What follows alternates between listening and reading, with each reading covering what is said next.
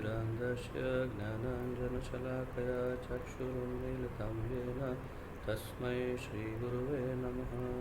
श्रीचैतन्यमनोभीष्टं स्थापितं येन भूतले स्वयं रूपकदा मह्यं ददाति स्वपदान्तिकं। वन्दे अहं श्रीगुरुः श्रीयुतपदकमलं श्रीगुरुन् वैष्णवांश्च श्रीरूपं साग्रजातं सहगणरघुनाथान्वितं तं सजीवं साद्वैतं सावधूतं परिजनसहितं कृष्णचैतन्यदेवं श्रीराधाकृष्णपादान् सहगणललिता श्रीविशाखान्वितांश्च। हे कृष्ण करुणा सिन्धो दीनबन्धो जगत्पते गोपेश गोपिकान्त राधाकान्त नमोस्तुते। तप्त कांचन गौरांगी राधे वृंदावनेश्वरी वृषभानुसुते देवी प्रणमामि हरिप्रिये। वाञ्छाकल्पतरुभ्यश्च कृपा सिन्धुभ्य एव च पतितानां पावनेभ्यो वैष्णवेभ्यो नमो नमः। अनन्तकोटिवैष्णववृन्द की जय। नमः ओं विष्णुपादाय कृष्णप्रेष्ठाय भूतले श्रीमते जयपताका स्वामिन् इति नामिने। नमो आचार्यपादाय निताय कृपाप्रदायिने गौरकथाधामदाय नगरग्रामकारिणे। नमः ओं विष्णुपादाय कृष्णप्रेष्ठाय भूतले श्रीमते भक्तिवेदान्त स्वामिन् इति नामिने। नमस्ते सारस्वते देवे गौरवाणी प्रचारिणे निर्विशेषशून्यवादी पाश्चात्यदेशतारिणे। जय श्री कृष्ण चैतन्य प्रभु नित्यानंद श्री अद्वैत गदाधर श्रीवासादि गौरभक्तवृंद। हरे कृष्ण कृष्ण कृष्ण हरे हरे हरे राम राम राम हरे हरे। हरे कृष्ण कृष्ण कृष्ण हरे हरे हरे राम राम राम हरे हरे। हरे कृष्ण कृष्ण कृष्ण हरे हरे हरे राम राम राम हरे हरे।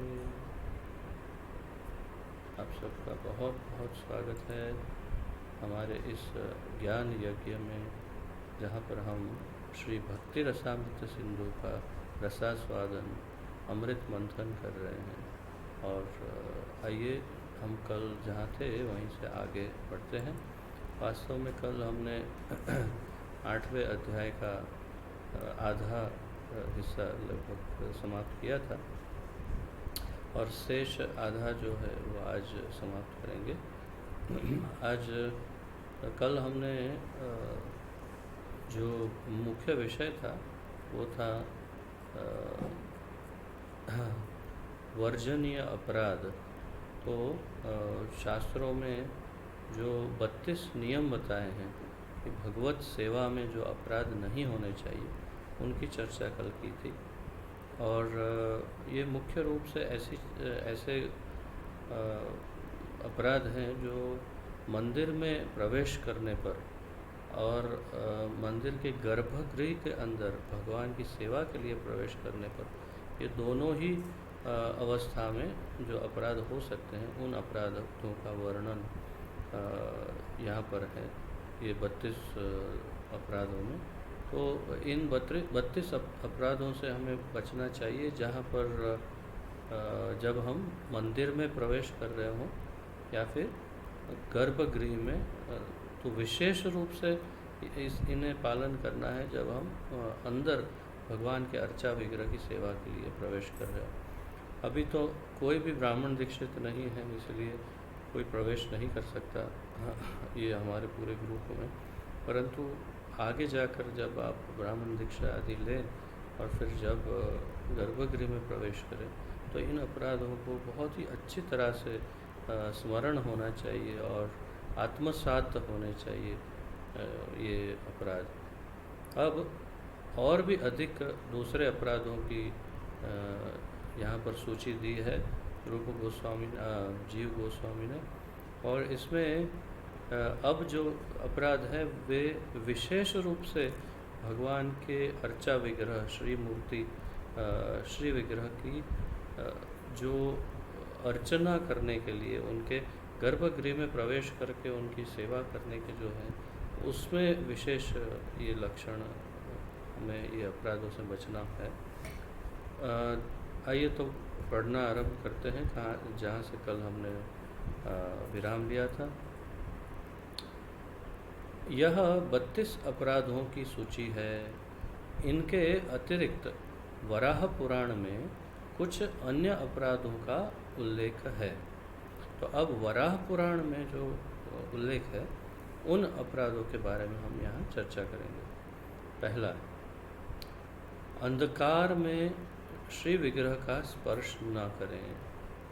जब संपूर्ण अंधेरा हो गर्भगृह में, तब श्री विग्रह को स्पर्श नहीं करना चाहिए। 2, मूर्ति श्री विग्रह अर्चन के विधि विधान के दृढ़ पालन में प्रमाद न करें। श्री विग्रह अर्चना के विधि विधान में, नियम में दृढ़ता से पालन करने की जो हमारी पालन करने के लिए जो हमें आदेश दे रहे हैं, तो उसमें प्रमाद ना करें। प्रमाद का एक और अर्थ है आलस्य। तो उसमें आलस्य ना करें, उसमें कुछ ऐसा सोचे नहीं अर्थवाद कि ठीक है ये चल जाएगा, ये नहीं चलेगा। तो जितने हमें नियम बताए यहाँ पर, तो भगवान के श्री विग्रह की सेवा में उसमें कोई भी जो है काल्पनिक बदलाव लाना नहीं चाहिए। जैसा हमें आचार्यों ने बताया वैसे ही पालन करना चाहिए। 3, ध्वनि किए बिना मंदिर में प्रविष्ट न हो। जब मंदिर के अंदर प्रवेश करते हैं तो बिना ध्वनि किए नहीं जाना चाहिए। प्रायः सभी मंदिर में आप देखते हैं एक घंटी या बड़ा घंटा रखे हुए होते हैं। मंदिर के हर एक द्वार पर जहाँ से भी प्रवेश करते हैं वहाँ अवश्य एक घंटी होती है। तो घंटी क्यों है? तो उसके बहुत सारे अलग ये कारण हो सकते हैं, परंतु एक मुख्य कारण ये है कि जब हम गर्भगृह में प्रवेश कर रहे हैं या मंदिर के अंदर प्रवेश कर रहे हैं, तो हमें भगवान को सचेत करना चाहिए। उन्हें हमारी इन्फॉर्मेशन उनको देनी चाहिए कि हम प्रवेश करने वाले हैं। तो भगवान कुछ और कार्य में यदि व्यस्त हो तो तुरंत भगवान थोड़ा सा ध्यान देंगे कि हाँ कौन आया। जैसे हमारे घर में घंटी क्यों लगाते हैं? हमारे घरों में घंटी इसीलिए लगाते हैं कि जब कोई प्रवेश करे तो हम सावधान हो जाएं कि हाँ कौन आ रहे हैं, आइए उनका कैसा स्वागत करना है। उनकी अवस्था स्थिति, वैसे तो मेहमान सारे ही वंदनीय पूजनीय होने चाहिए, परंतु फिर भी हम अवस्था के अनुसार उनका उचित स्वागत करें। यदि हमने अच्छे से वस्त्र नहीं पहने तो अपने वस्त्र ठीक ठाक करें, अपना हुलिया ठीक ठाक करें। ये सब और कुछ घर में इधर उधर पड़ा है तो ठीक ठाक हो जाए। तो जैसे ही बेल बजती है तो हम पहले घर को देख लेते हैं कि सब ठीक ठाक है ना, और फिर धीरे से दरवाज़ा खोल के स्वागत करते हैं। और अगर ऐसा ना हो तो कोई भी व्यक्ति कभी भी कैसे भी प्रवेश कर जाए बिना हमें सावधान किए, बिना सूचित किए, तो उनका भी अपराध हो सकता है और हम भी उनके प्रति कुछ अपराध कर सकते हैं, अनजाने में हो सकता है। तो ये तो भगवान है। जब भगवान के घर में हम प्रवेश कर रहे हैं तो उन्हें बिना सूचित किए कैसे प्रवेश करें? इसलिए पहले उन्हें सूचित करना चाहिए। तो घंटी हो तो सबसे अच्छा है पहले घंटी बजाएं, और ना हो तो आप ताली बजाएं। ये आप देखेंगे हमारे मंदिरों में बहुत भक्तों की आदत होती है, जब ऐसे ही मंदिर में भी प्रवेश करते हैं तो या तो ताली बजाते हैं या दरवाजे के ऊपर ऐसे ठक ठक करके दरवाजे के ऊपर कुछ भी अगर कोई लोहे की वस्तु है या कुछ है तो उसे ठोकेंगे या फिर अपनी उंगली से आवाज़ करेंगे या ताली बजाएंगे। और घंटी है तो सबसे अच्छा है घंटी बजा के प्रवेश करेंगे। तो आवाज़ करके उन्हें सूचित करके सावधान करके भगवान को फिर अंदर प्रवेश करना चाहिए।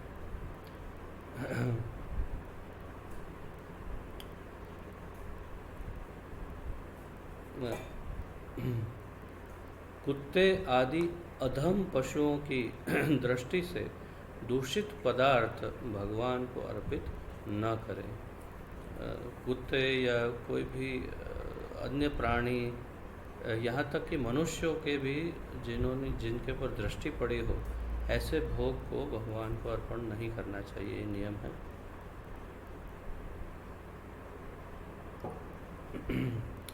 इसके कई कारण हैं, परंतु सबसे मुख्य कारण एक ये है कि जैसे भगवान दृष्टि से भोग लेते हैं, वैसे ही हम और ये अधम जानवर भी दृष्टि से भोग ले लेते हैं।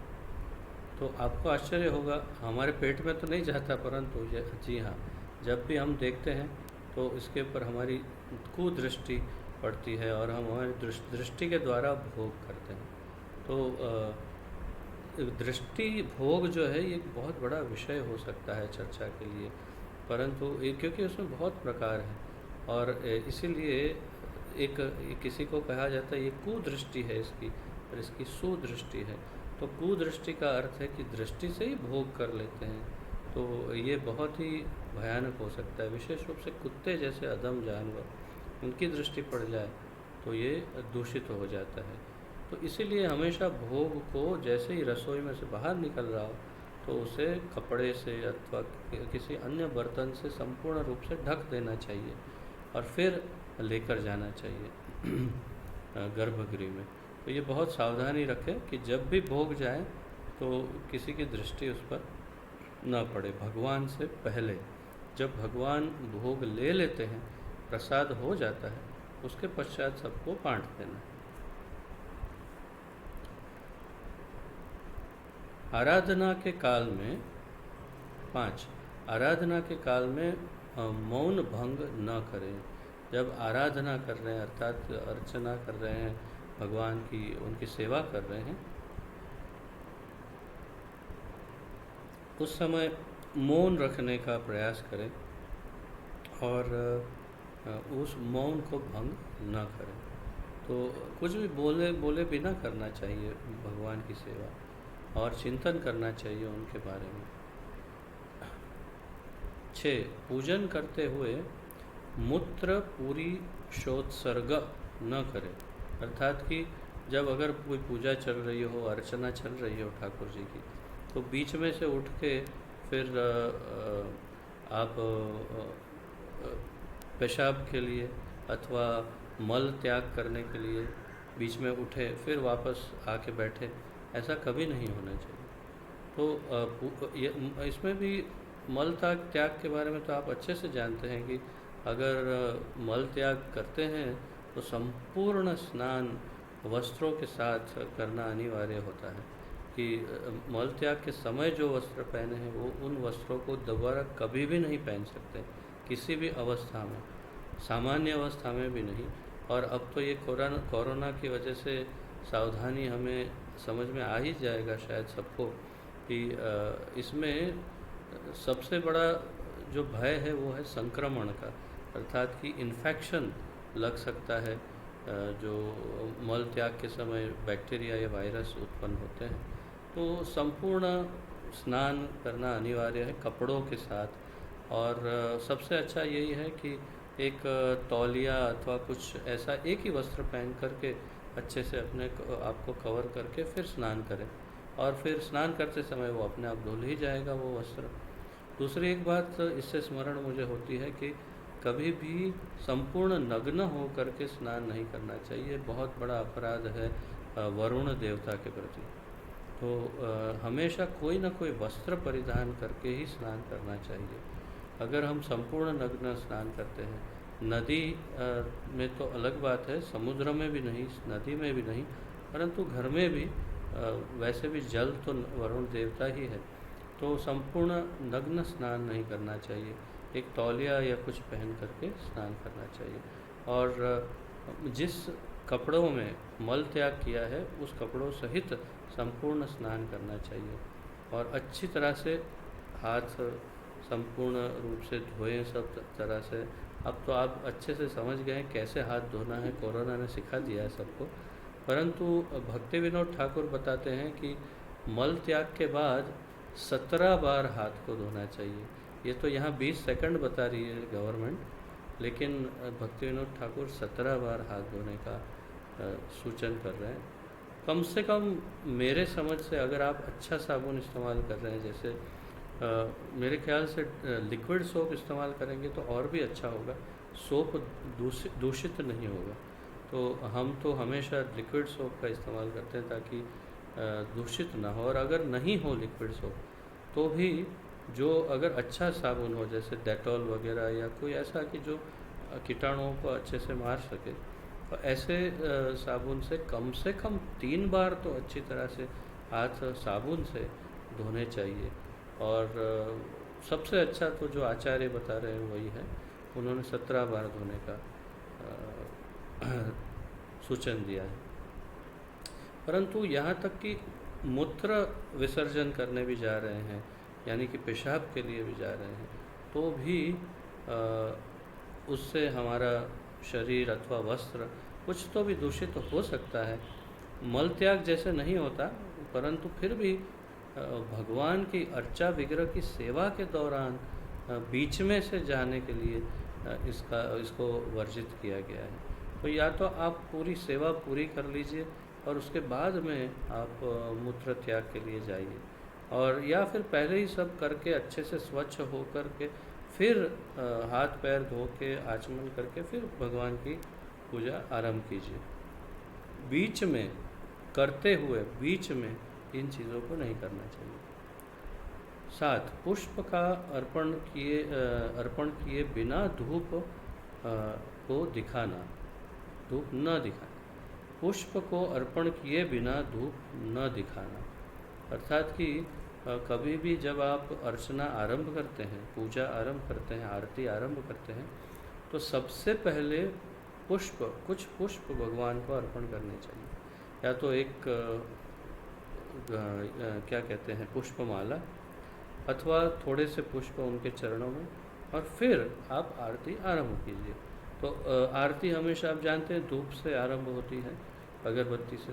तो अगरबत्ती से या धूप से जब आरंभ करते हैं उससे पहले पुष्प अर्पण किए होने चाहिए, ये नियम यहाँ पर बता रहे हैं।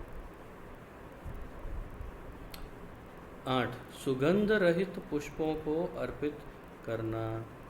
अगर सुगंध रहित पुष्पों को अर्पित करते हैं तो ये अपराध है। भगवान को जिसमें से सुगंध ना हो ऐसे पुष्पों को अर्पण नहीं करना चाहिए। परंतु यही बात श्रील प्रभुपाद जी के साथ उनके शिष्यों ने चर्चा की थी इसकी। तो उन्होंने कहा कि देखिए क्या कर सकते हैं इस कलयुग में, जितने और हर जगह पर, जैसे विदेशों में विशेष रूप से अमेरिका आदि देशों में आर्टिफिशियल सब जेनेटिकली मॉडिफाइड कहते हैं इसे, सब कृत्रिम रूप से बनाए हुए सब सब्जियां चाहे पुष्प, सब चीज़ें जो है कृत्रिम होता है। तो उन चीज़ों को अर्पण करने के अलावा और कोई उपाय तो नहीं होता है, क्या कर सकते हैं, वो करना ही पड़ेगा। तो तात्पर्य ये है कि जहाँ पर मजबूरी हो, जहाँ कोई विकल्प ना हो, वहाँ ठीक है, परंतु अगर प्राप्त हो रहे हैं तो पुष्प ऐसे अर्पण करें जिसमें सुगंध है। बिना सुगंध वाले पुष्पों को अर्पण नहीं करना चाहिए भगवान को, ये बात को हमेशा ध्यान में रखें। फिर 9, प्रतिदिन अच्छी प्रकार से दंत धावन करना, अर्थात कि अच्छी तरह से दांतों को साफ करना चाहिए। तो मैंने मतलब बाहर अन्य लोगों को देखा है कई बार, जैसे ही बिस्तर में से उठते हैं और अरे चाय लाना ज़रा, बिस्तर में बैठे बैठे चाय मारी और फिर पता नहीं कब मुंह साफ करते हैं। और वो जो जल के कुछ प्रयोग बताते हैं उसमें कहते हैं कि उठ के सीधा ही पानी पीना चाहिए, 2-3-4 गिलास पानी आदि। तो परंतु ये जो अर्चन कर रहे हैं, जो भक्त भगवान के विग्रह की सेवा करते हैं, जो पूजा आदि करते हैं, उनके लिए ये वर्जित है। उन्हें पहले अपना मुंह सबसे पहले साफ करना चाहिए। परंतु आप लोगों को शायद ध्यान में होगा कि कितनी प्रक्रियाओं को अशुद्ध बताया है, अर्थात कि इतनी प्रक्रियाओं को करने के बाद स्नान करना चाहिए। तो उसमें दंत मंजन, ये एक ऐसी प्रक्रिया है जो करने के बाद स्नान करना चाहिए। दंत मंजन, नाखून काटना, बाल काटना।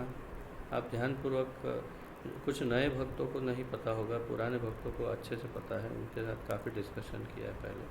तो दंत मंजन, नाखून काटना, बाल काटना, फिर शौच अर्थात कि मल त्याग, फिर मैथुन और माताओं का अशुद्ध होना। तो ये ऐसी प्रक्रियाएं हैं जिसको करने के पश्चात अवश्य स्नान करना चाहिए। या फिर कहीं से खून अगर निकल रहा है तो विशेष रूप से जब अर्चना करनी हो, अर्थात कि भगवान के श्री विग्रह की सेवा करनी हो, तब इन वस्तुओं को बहुत ही विशेष ध्यान रखना चाहिए कि जिस कपड़ों में मान लीजिए आपने इन प्रक्रियाओं को किया है तो अवश्य उन कपड़ों समेत स्नान करके शुद्ध होना चाहिए। कारण यही है कि इसमें बहुत सारे आध्यात्मिक कारण हो सकते हैं, परंतु भौतिक कारण है, इसमें संक्रमण अर्थात कि इन्फेक्शन के चांसेस बहुत ज़्यादा रहते हैं इन प्रक्रियाओं में। इसलिए इन वस्तुओं के बाद, इन प्रक्रियाओं के बाद स्नान अवश्य करना चाहिए। तो दंत धावन अर्थात कि दांतों को अच्छे से साफ करना चाहिए। ये विषय इससे कुछ इसका संबंध नहीं है, परंतु फिर भी आपकी सामान्य जानकारी के लिए, जनरल नॉलेज के लिए बता रहा हूँ कि आज मेरे ख्याल से 90% से अधिक लोग गलत ढंग से ब्रश करते हैं। तो आप YouTube में देखिए किस प्रकार ब्रश करना चाहिए, वीडियोस बहुत मिल जाएंगे, और फिर उससे उचित ढंग से बहुत धीरे धीरे ब्रश करना चाहिए, जिससे पूरी तरह से दांत जो है अंदर से बाहर से हर तरह से साफ़ हो।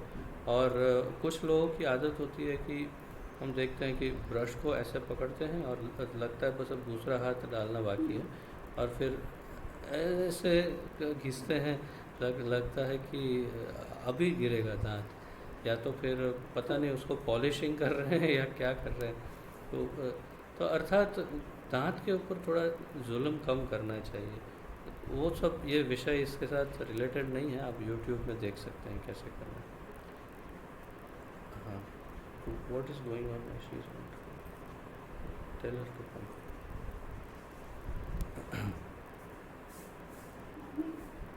फिर तो 9वां पॉइंट स्पष्ट हो गया आपको, अच्छी प्रकार से दंत धावन। 10वां जो पॉइंट है वो है मैथुन के बाद तत्काल मंदिर में प्रवेश न करना। 10वां पॉइंट ये है, मैथुन के बाद तत्काल मंदिर में प्रवेश न करें। तो मैथुन आदि जो भी प्रक्रिया हैं वो सब अशुद्ध मानी जाती है अत्यंत, इसलिए उनके बाद कपड़ों समेत संपूर्ण स्नान होना चाहिए और शुद्धि करके उसके बाद ही भगवान की सेवा करनी चाहिए। उस समय जो कपड़े पहने हैं अथवा जो भी आपके बिस्तर आदि पर जो भी है, वो सब चीज़ों को धोना चाहिए वास्तव में। तो ये बहुत अशुद्ध प्रक्रिया है और ये बात की सावधानी रखनी चाहिए। वैसे तो हमारे नियम बहुत कठोर है, आप जानते हैं, जो दीक्षित भक्त हैं वो तो बहुत अच्छी तरह से जानते हैं, परंतु ना ही हो तो सबसे अच्छा है ये, परंतु अगर होता है तो उससे संपूर्ण शुद्ध होना चाहिए, संपूर्ण स्नान करके फिर मंदिर या भगवान की सेवा को आरंभ करना चाहिए, उसके पूर्व नहीं। 11वां पॉइंट है, रजस वाला स्त्री का स्पर्श न करना। रजस वाला स्त्री का स्पर्श न करना अर्थात कि जिनको मासिक धर्म में से जो है जो माता, उन माताओं को स्पर्श करके फिर मंदिर में प्रवेश नहीं करना चाहिए। अगर उनको स्पर्श कर गए हैं तो स्नान करना चाहिए। अब ये पॉइंट्स शायद सबको और अधिक समझ में आएगा।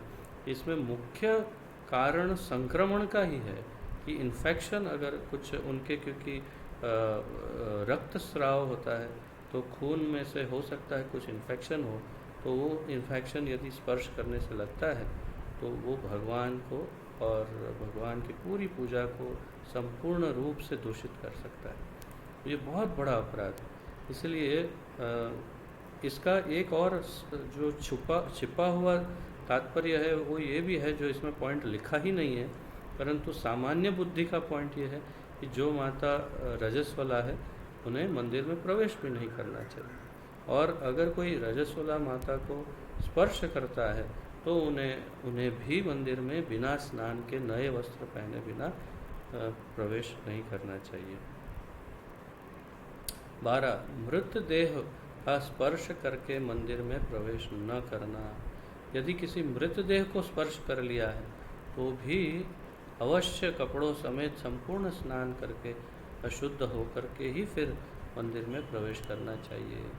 तो यहाँ भी वही कारण है मुख्य रूप से।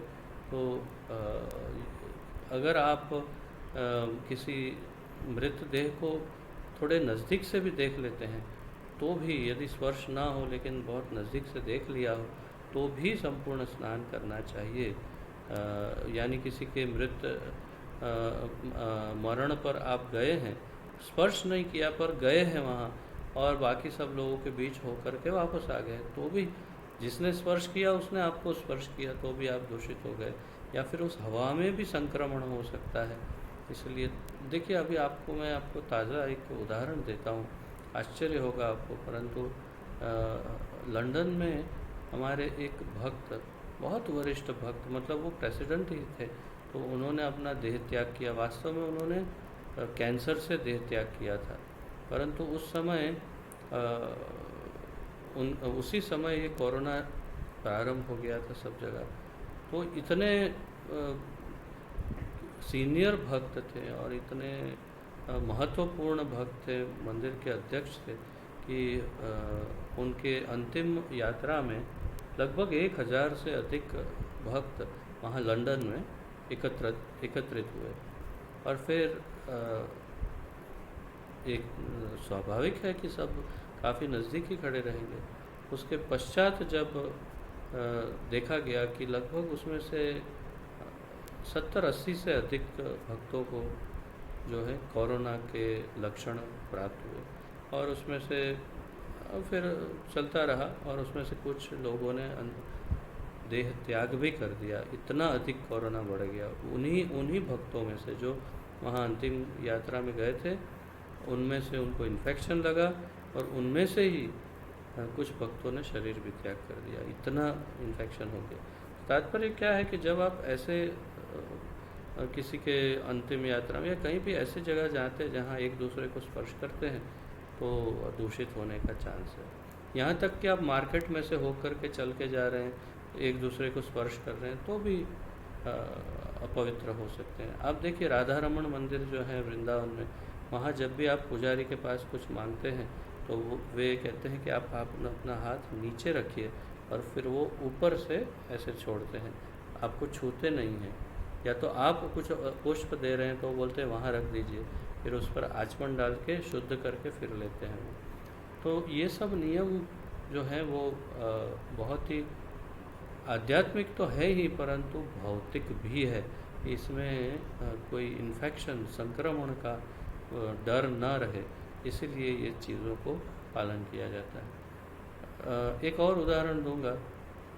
यदि आप जगन्नाथपुरी गए और जगन्नाथपुरी में सार्वभौम भट्टाचार्य के घर पर यदि गए हैं, तो आपको एक बहुत ही विलक्षण वस्तु वहाँ पर आपको दिखाई जाएगी।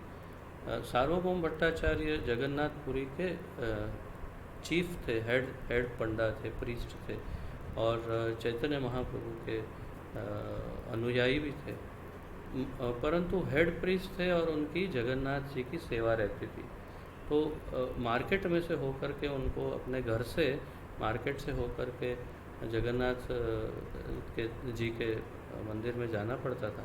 तो उन्होंने क्या किया था, अपने ही घर के अंदर से एक सुरंग बनवाई थी, टनल सुरंग, जिसके द्वारा वे अपने घर में स्नान करते थे संपूर्ण, और उसी गीले कपड़ों के साथ उस सुरंग के अंदर से होकर के जाते थे, और वो सुरंग सीधी भगवान के सन्मुख खुलती थी और वहाँ से निकल करके सीधे अंदर प्रवेश करके ठाकुर जी की सेवा करते। इतनी सावधानी रखते थे वे, क्योंकि अगर मार्केट में से जाएंगे कोई भी छू लेगा तो उनको वापस घर जाके स्नान करना पड़ेगा।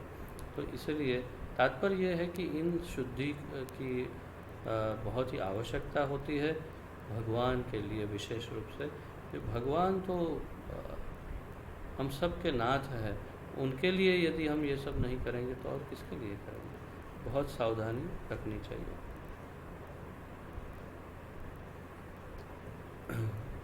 13 लाल और नीले अस्वच्छ वस्त्रों को धारण किए हुए मंदिर में न जाना।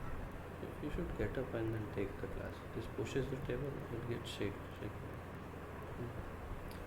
So ये आपको शायद बहुत ही आश्चर्य होगा इसको सुन के कि लाल और नीले रंग के कपड़े पहनना वर्जित है मंदिर में। तो अब से आप सावधानी रखिएगा कि लाल रंग के अथवा नीले रंग के ब्लू कपड़े पहन करके मंदिर में जाना नहीं चाहिए। तो इसके कुछ चर्चाएं मैं सुन रहा था वरिष्ठ भक्तों की इस पर कि क्या चर्चा कर रहे हैं। तो भाव ऐसा है कि बहुत ज़्यादा भड़कीला कलर जो है वो ना पहने, और विशेष रूप से लाल नीले को और विशेष रूप से लाल को तामसिक कलर बताया गया है। तो ऐसे तामसिक कलर पहन कर भी नहीं जाना चाहिए, जिससे मन या कि जो भी देखने वाला है उसका मन विचलित हो सकता है। और ये भगवे कपड़े से अलग है। भगवा लाल नहीं होता, जो ब्रह्मचारी धारण करते हैं वो भगवा होता है, जिसे सैफरन कहते हैं अंग्रेजी में, और गेरुआ कहते हैं आप बंगाल में। तो वो अलग है, परंतु लाल और नीले और अस्वच्छ वस्त्रों को पहन करके धारण करके मंदिर में नहीं जाना चाहिए। पहने हुए कपड़ों को दोबारा पहन के जा रहे हैं, या मैले हैं, या किसी तरह से गंदे हो गए हैं, या फटे हुए हैं, पुराने हैं, ऐसे किसी वस्त्रों को पहन करके मंदिर में नहीं जाना चाहिए। इस बात का ध्यान हमेशा रखना चाहिए। 14 मृत देह का दर्शन करके मंदिर में नहीं जाना चाहिए। मृत देह का यदि दर्शन भी किया है तो भी नहीं जाना चाहिए।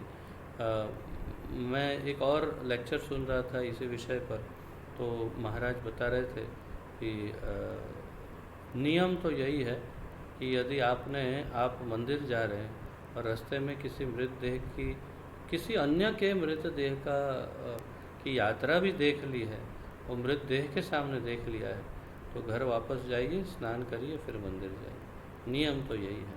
परंतु यदि आप भगवान के गर्भगृह की सेवा, अंदर अर्चा विग्रह की सेवा अर्चना करने के लिए नहीं जा रहे, केवल दर्शन करने जा रहे हैं, और सामने जिनकी यात्रा निकली है वे कोई वैष्णव है, कोई भक्त हैं, जैसे वृंदावन धाम में आप हैं और श्री वृंदावन धाम में किसी भक्त की अंतिम यात्रा निकल रही है, तो फिर इसमें थोड़ा सा आप बदलाव ला सकते हैं। जैसे कि फिर आप अच्छे से हाथ मुंह धो करके दूर भगवान के दूर से दर्शन करके लौट सकते हैं। परंतु यदि आप अंदर जा रहे हैं अर्चना के लिए, तो अवश्य स्नान करके ही फिर अंदर जाना चाहिए। 15 मंदिर में अधोवायु न छोड़ें। और कल भी मैंने समझाया था आपको कि जो गैस है वो मंदिर में गर्भगृह में भगवान के सामने विशेष रूप से उसका त्याग नहीं करना चाहिए। 16 मंदिर में क्रोध न करें, क्रोध नहीं करना चाहिए भगवान के सामने। 17 शमशान जाकर मंदिर में न जाएं। तो वही बात है जो पहले भी समझाया कि यदि अंतिम यात्रा में किसी की गए हैं तो बिना संपूर्ण स्नान किए वस्त्रों सहित भगवान के सामने नहीं जाना चाहिए, और कहीं स्पर्श भी नहीं करना चाहिए। यदि आप स्मशान गए हैं, किसी मरीज़ को देखने गए हैं अस्पताल में, या फिर किसी रजस वाला स्त्री को स्पर्श कर दिया है, या मार्केट से वापस आए हैं, मार्केट में सब कोई कौन कैसे दूषित है हम नहीं जान सकते। तो ऐसी जगहों पे जहाँ पर बहुत लोग मिलते हैं, ऐसी जगहों पे अब तो गवर्नमेंट भी बताती है कि मार्केट में जाके आओ और पूरा कपड़ों समेत स्नान करो। देखो कितना भगवान ने कैसा आयोजन किया है कि सबको शुद्धिकरण करवाने के लिए कोरोना देवी को सक्रिय कर दिया। कोरोना देवी को कहा कि जाओ सबको शुद्धि सिखाओ। तो अब वो सबको ज़बरदस्ती गवर्नमेंट बोल रही है कपड़ों समेत स्नान करो, तो ये करना चाहिए। अर्थात स्मशान आदि में जाएंगे तो विशेष रूप से पूरा कपड़ों समेत स्नान करना चाहिए। घर में भी प्रवेश करके कहीं यहाँ वहाँ स्पर्श ना करें, सबसे पहले स्नान कर लें संपूर्ण। 18 श्री विग्रह के आगे डकार न लें। डकार जो है ये भी गैस का एक ये वो अधो क्या कहते हैं उसको वायु है, और ये ऊर्ध्व वायु है।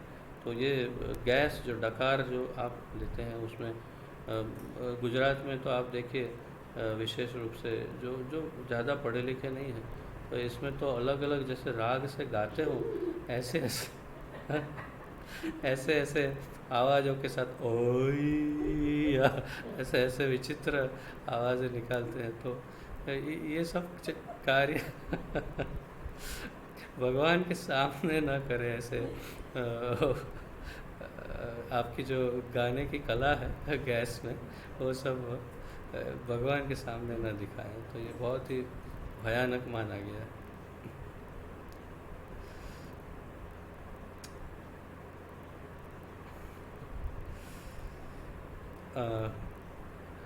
तो इसके लिए और भी आगे समझाया है, जब तक भोजन का पूर्ण पाचन न हो गया हो मंदिर में प्रवेश न करें।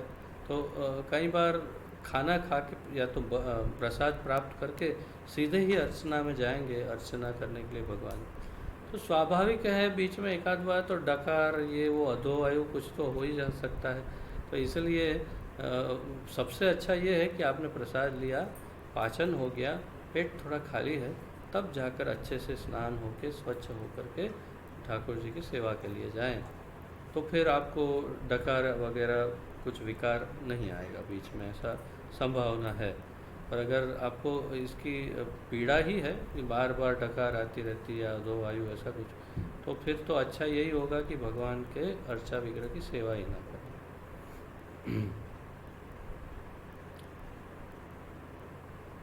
16 क्षमा कीजिए 19 चरस गांजा का प्रयोग ना करें।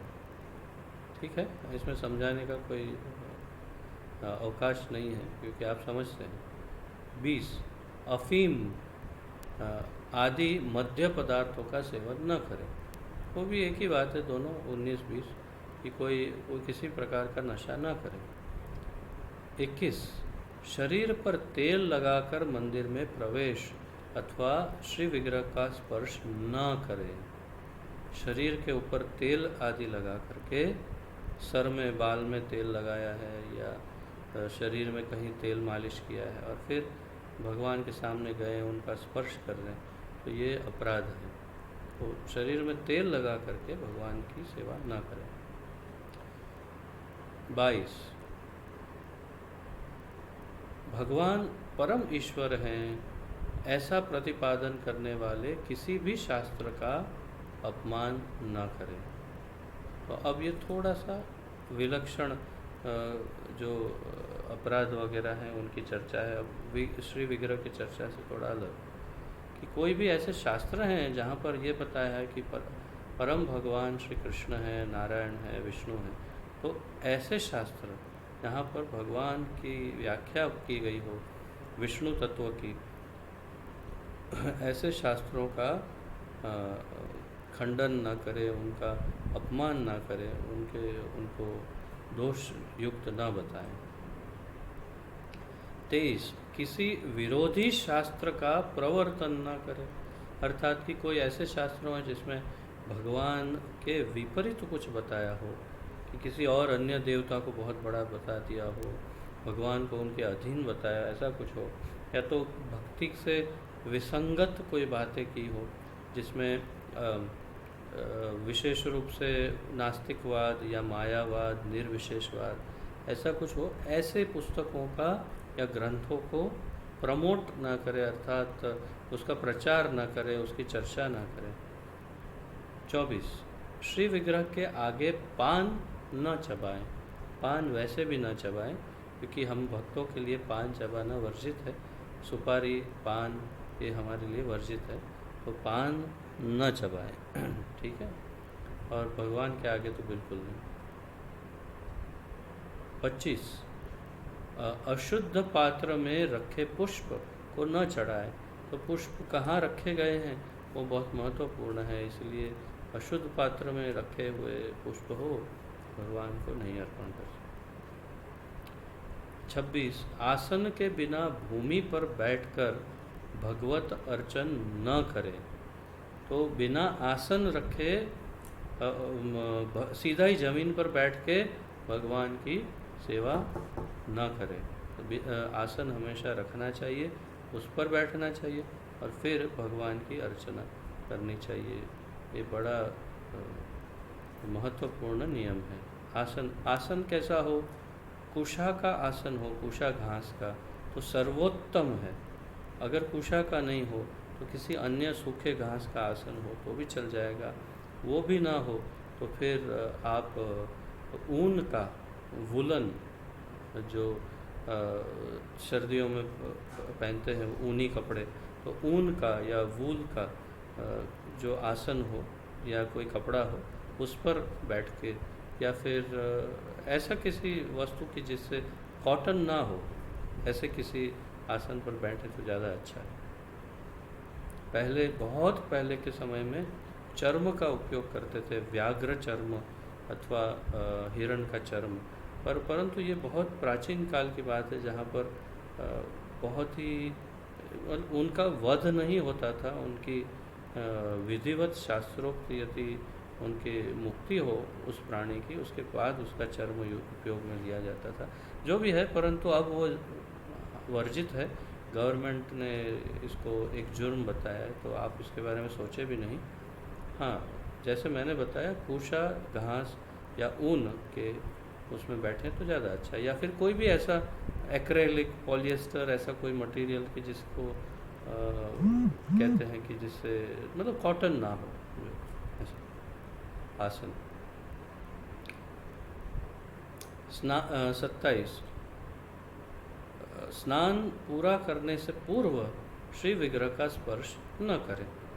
तो ब्रश आदि किया है या फिर टॉयलेट गए हैं या कुछ है और फिर अचानक कहीं जाना पड़ा कि अरे हाँ चलो चलो आज ये तो चलो फिर आए, फिर भगवान की अर्चना शुरू कर दी है, तो ये ऐसा कभी ना हो। वास्तव में सबसे श्रेष्ठ तो ये है कि आप ब्रश, अगर पुरुष हैं तो शेविंग आदि जो कर रहे हैं वो शौच और स्नान सब कुछ एक ही बार में कर लें, एक ही बार में कर लें, उसके बाद ही बाहर निकलें और यहाँ वहाँ छुए। अगर शौच किया है तो बाहर निकल के यहाँ वहाँ छूना नहीं चाहिए घर में, बहुत ही भयानक है ये, तो ऐसा कभी नहीं करना चाहिए। कुछ नए भक्त हैं, उन्हें शायद नहीं पता हो, तो अब से अपना जीवन परिवर्तित कीजिए। अगर शौच कर लिया है तो फिर बाथरूम में से बाहर ही मत निकलिए स्नान किए बिना, ये बहुत ही अच्छा होगा और ये इन्फेक्शन के लिए भी बहुत अच्छी बात है इसको पालन करना, तो आपको कोरोना नहीं होगा। 29, हाथ पैर धोए बिना, नहीं क्षमा कीजिए 28, मस्तक पर 3 रेखा का तिलक न लगाएं। ऐसे त्रिपुट बोलते हैं ना जिसको, त्रिपुट, ऐसे 3 रेखाओं वाला ऐसा क्रॉस में तिलक न लगाएं। तो इसके चर्चा गहराई में जाना नहीं है, परंतु हमारे इन वैष्णव तिलक के अलावा और कोई तिलक न लगाएं। 29, हाथ पैर धोए बिना मंदिर में प्रवेश न करें। स्नान आदि किया भी हो तो भी जब मंदिर में जा रहे हैं तो पहले बाहर नल जहाँ पर हो पानी का जहाँ स्राव हो वहाँ से जल में, अच्छे शुद्ध जल में अच्छी तरह से हाथ पैर धो करके, ये तो हर धर्म में बताया, यहाँ तक कि इस्लाम में भी आप देखेंगे कि नमाज पढ़ने के पहले मस्जिद के बाहर उन लोगों ने अच्छी व्यवस्था रखी होती है। सभी लोग यहाँ तक कोहनी तक के हाथ और घुटनों तक के पैर धो करके फिर ही मस्जिद में प्रवेश करते हैं, ये नियम है। तो हाथ पैर धोए बिना अंदर नहीं जाना चाहिए। इबादत पूजा करनी हो तो भी शुद्ध होकर करना चाहिए। तो ये सामान्य नियम सब में है। ठीक है, तो ये थे 29 नियम जिन्हें आप अच्छी तरह से पुनः पुनः मंथन अवश्य करिएगा। और अब देखते हैं आगे दूसरे और भी नियम बताए हैं उन नियमों को।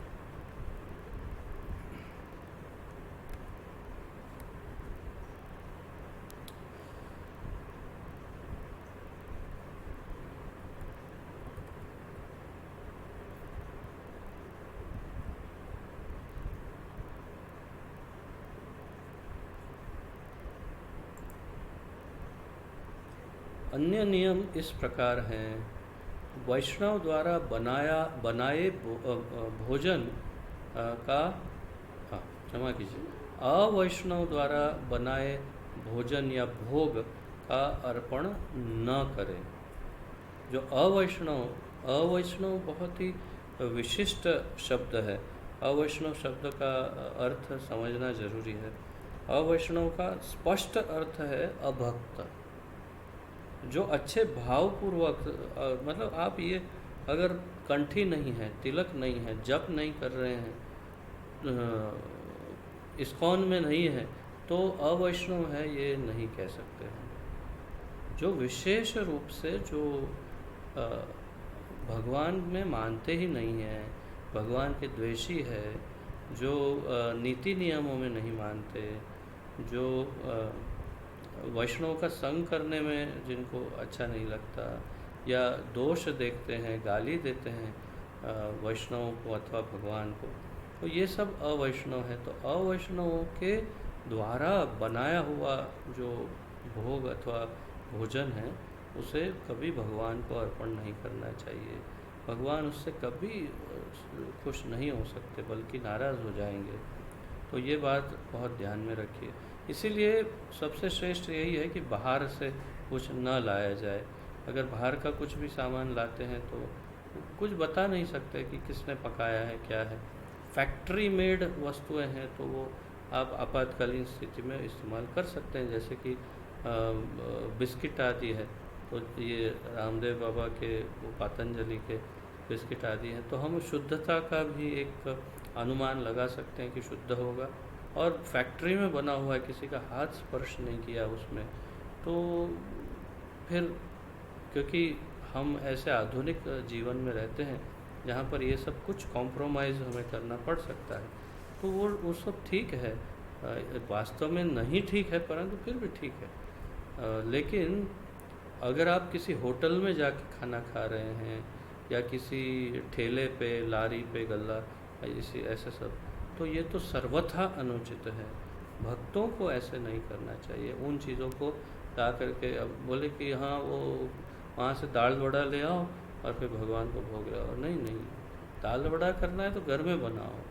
हाँ, पैकेट के, फैक्ट्री में बने हुए जिसमें स्पर्श नहीं होते हाथ लोगों के, ऐसी वस्तुओं को भोग में आप अर्पण कर सकते हैं। सबसे अच्छा यही है कि स्वयं बनाएं घर में, वो भी शुद्ध हो करके। आप ये भी समझना चाहिए कि भगवान का किचन है ये, घर का किचन भगवान का किचन है। किचन के अंदर कभी कुछ चखना नहीं चाहिए, सूंघना नहीं चाहिए, खाने का तो प्रश्न ही नहीं है, पानी भी नहीं पीना चाहिए। किचन के अंदर एकदम शुद्ध रखना चाहिए, बिना स्नान किए किचन में। किचन कह रहे हैं, बहुत भयानक शब्द है वास्तव में। इसे भगवान के भोग का क्या कहते हैं, हाँ, रसोई घर कह सकते हैं, पाक घर कहते हैं इसे, तो पाकशाला भी कहते हैं। तो ये भगवान की का जो किचन है उसके अंदर आपको अशुद्ध अवस्था में प्रवेश भी नहीं करना चाहिए। अर्थात कि बिना स्नान किए। अब इसी विषय पर एक और प्रश्न जो आप में से कई भक्तों के मन में उत्पन्न होगा, विशेष रूप से नए भक्तों को, पुराने भक्त तो जानते हैं नहीं है। तो कई बार ऐसा होता है कि घर में अधिक किचन ये कुकिंग करने वाले लोग कम हैं, अथवा तो प्रभुओं को बहुत जल्दी अपने काम धंधे पर जाना होता है, और घर में केवल एक माता ही है जो कुकिंग करती है, और वे जब उनका मासिक धर्म होता है अशुद्ध हो जाती है तो फिर क्या करें। तो मैं एक वरिष्ठ सन्यासी से सुन रहा था इसी विषय पर चर्चा, और उन्होंने ये स्पष्ट किया कि आधुनिक काल में जब ऐसा समय हो तो परेशानी नहीं है, अर्थात कि जब कोई भी विकल्प ना हो, यदि विकल्प है तो किसी और को ही कुकिंग करना चाहिए, भोग पकाना चाहिए। अगर कोई विकल्प नहीं है तो उस माता को पूरा स्नान अच्छे से करके फिर भोग बना के और फिर एक जगह पर रखना चाहिए, और फिर जो प्रभु हैं वो आचमन ले करके संपूर्ण उसकी शुद्धि करे और फिर भोग लगाए, तो ये चल सकता है। परंतु ये आपातकालीन स्थिति, मतलब कोई विकल्प ही नहीं है, कोई टाइम ही नहीं है, क्या करें, ऐसा जीवन है, बच्चों का ध्यान रखना, प्रभु को एकदम सुबह जल्दी चले जाना है, उनको कुकिंग आता भी नहीं और सीखना चाहते भी नहीं हैं, और जो भी है, तो ऐसी कंडीशन में फिर ऐसा चलेगा। और अन्यथा पर वास्तव में शास्त्रों के अनुसार तो ये बिल्कुल वर्जित है। कम से कम 7 दिन, ऐसे 5 दिन, और वैसे आधुनिक काल में तो 3 ही दिन पालन करते हैं, परंतु शास्त्रों के अनुसार 7 दिन अशुद्ध रहते हैं। तो कम से कम 3 दिन या संपूर्ण शुद्ध ना हो जाए शरीर, तब तक किचन में भी नहीं जाना चाहिए, परंतु कोई विकल्प ना हो तो कर सकते हैं। तो ये ध्यान रखिए।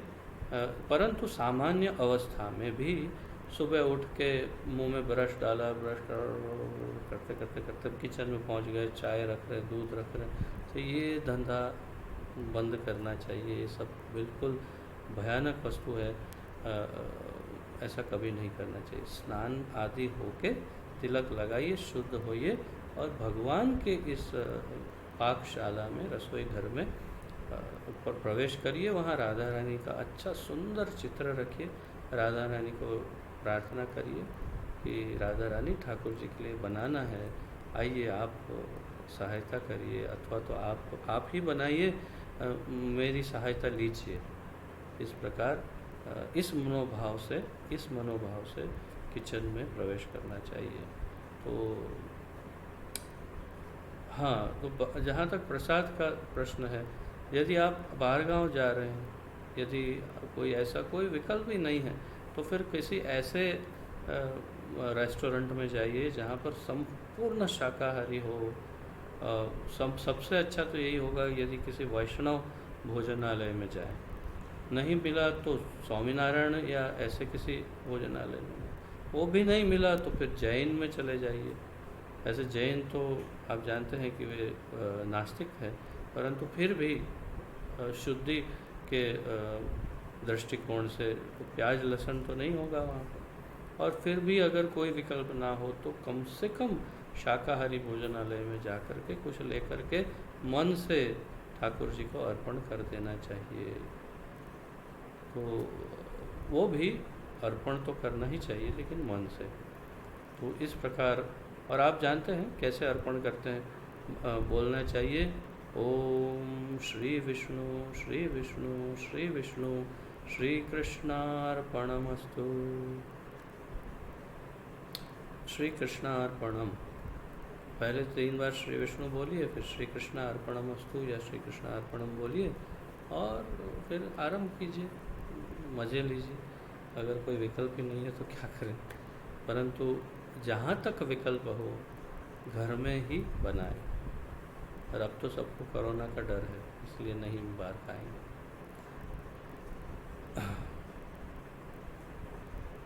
तो अभक्त के सामने भगवान के अर्चा विग्रह की अर्चना न करे। अभक्त के सामने बैठ कर के भगवान की अर्चा विग्रह की सेवा न करें। देखिए, विशेष भाव ये है कि कभी कभी आप जब भगवान के श्री विग्रह की सेवा करते हैं तो हम भक्तों का भाव ये होता है, कई बार हम भगवान से बात भी करते हैं या हम मुस्कुराते हैं या हम कुछ ऐसे विशेष लक्षण दिखाते हैं, और जो नास्तिक है वो इन बातों को समझ नहीं पाते हैं। मुझे लगता है ये पागल है क्या, कैसे करता है एक मूर्ति के सामने। तो वो बहुत ही बड़े अपराध में पड़ सकते हैं। तो एक तो वो अपराध में न पड़े और भगवान को दुखी ना करें अपराध करके, इसीलिए उनका अपमान ना कर दें, इसीलिए और एक वैष्णव का भी अपमान ना हो जाए, इसलिए और बहुत सारे कारण हैं अन्य। तो इन सभी कारणों के उपलक्ष्य में कभी एक कोई जो अवैष्णव है उनके सामने अर्चा विग्रह की सेवा ना करें। तो आप देखिए, प्रायः लगभग सारे ही मंदिरों में श्रृंगार जो होता है वो हमेशा बंद दरवाज़ों में ही होता है। बहुत कम मंदिर ऐसे हैं, बहुत कम, जहाँ पर खुले दरवाज़ों में श्रृंगार होता है। तो एक हमारे रणछोड़ राय जो है डाकोर में, उनका सबके सामने श्रृंगार अभिषेक आदि होता है। तो राजा हैं, उनकी लीला अलग है, परंतु हमारे इस्कॉन मंदिरों में श्रृंगार हमेशा बंद दरवाज़ों में होता है। तो ये ध्यान रखें कि अवैष्णव के सामने। और फिर कभी कभी क्या होता है कि जैसे राधा रानी है, उनका बड़ा विग्रह है, तो वो तो माता है, स्त्री स्वरूप में है, तो इनकी सेवा करते समय कोई जो बाहर के लोग हैं, जो जिन्हें कोई समझ ही नहीं है भक्ति की, तो उनकी दूषित दृष्टि भी उन पर पड़ सकती है। तो इसलिए ऐसे बहुत सारे कारण हैं इनकी वजह से अर्चना अभक्त के सामने नहीं करनी चाहिए। तथा प्रारंभ में गणपति की उपासना करें। अब यहाँ पर ये बताया कि प्रारंभ में गणपति की उपासना करें, जिससे भक्ति के मार्ग में आने वाले सब विघ्न दूर हो जाते हैं। तो अब प्रभुपाद जी समझाते हैं, ब्रह्म संहिता में उल्लेख है कि गणपति भगवान नृसिंह के चरण कमलों के आराधक हैं। तो ये श्लोक मुझे स्मरण नहीं हो रहा है, परंतु अपने ब्रह्म संहिता में ये श्लोक है, इसमें बताया है कि गणेश जी भगवान नृसिंह के भक्त हैं और वे उनके चरण कमलों की सेवा करते हैं, आराधना करते हैं। तो इसीलिए संपूर्ण अंतरायों को दूर करने में वे भक्तों के लिए मंगलकारी हो गए हैं। तो उनके पास ये कैपेसिटी, ये उपलब्धि, ये शक्ति कैसे आई गणेश जी में? विघ्नहर्ता, क्योंकि भक्ति विघ्न विनाशक नरसिंह देव हैं। सभी प्रकार के विघ्नों को नाश करते हैं नरसिंह देव। उनकी जो सेवा कर रहे हैं तो गणपति जी के को ऐसे आशीर्वाद प्राप्त हुए नरसिंह देव से, जिससे वे भी भक्ति में विघ्नों को दूर कर सकते हैं। तो मैंने इसकी काफ़ी अलग अलग सीनियर और वरिष्ठ भक्त, सन्यासी आदि प्रभुपाद शिष्यों की चर्चाएं सुनी इस पर। तो उनका ये मत है कि प्रभुपाद से भी पूछा गया था, चर्चा हुई, तो प्रभुपाद जी का मानना है कि नरसिंह देव की पूजा कर रहे हैं तो गणेश जी की विशेष रूप से अलग से पूजा अर्चना नहीं करेंगे तो चलेगा। अगर अधिक से अधिक कोई मंदिर में गर्भगृह में जाकर के आरंभ करते हैं तो वो गणेश जी को उनका एक मंत्र बोल करके प्रणाम करके फिर आरंभ कर सकते हैं, परंतु विशेष उनके विलक्षण पूजा अर्चना करने की आवश्यकता नहीं भी है। परंतु यहाँ पर वैसे हमारे पूर्ववर्ती आचार्यों का मत ये है कि गणेश जी की थोड़ी सी पूजा करके फिर आरंभ करें तो बहुत अच्छा होगा। तो आप हमें अपने आचार्यों का अनुगमन करना है। अतः सभी भक्तों को गणपति की पूजा करनी चाहिए। तो ये उनका मत है हमारे पूर्ववर्ती आचार्यों का, विशेष रूप से जीव गोस्वामी कह रहे हैं। अब एक और बहुत महत्वपूर्ण पॉइंट है, इसे बहुत ध्यान दीजिए। नखों अथवा उंगलियों के स्पर्श से दूषित जल से श्री विग्रह को स्नान न कराएं। भगवान के श्री विग्रह को श्री मूर्ति को इस जल से, जैसे आप जल ले रहे हैं भगवान की सेवा के लिए, और जैसे ये बर्तन है, इस बर्तन को पकड़ने के बहुत सारे ढंग हैं, परंतु कभी कभी ऐसे पकड़ते हैं।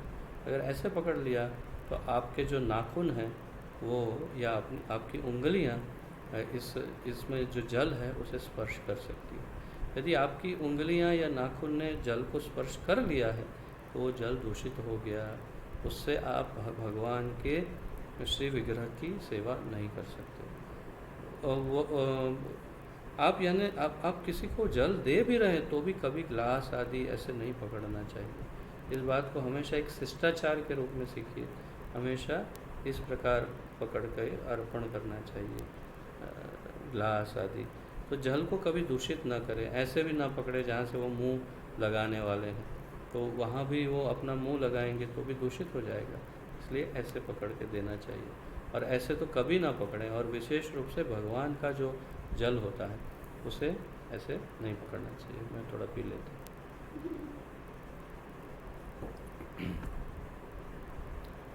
खुद पीना हो तो पकड़ सकते हैं, तो प्रॉब्लम नहीं।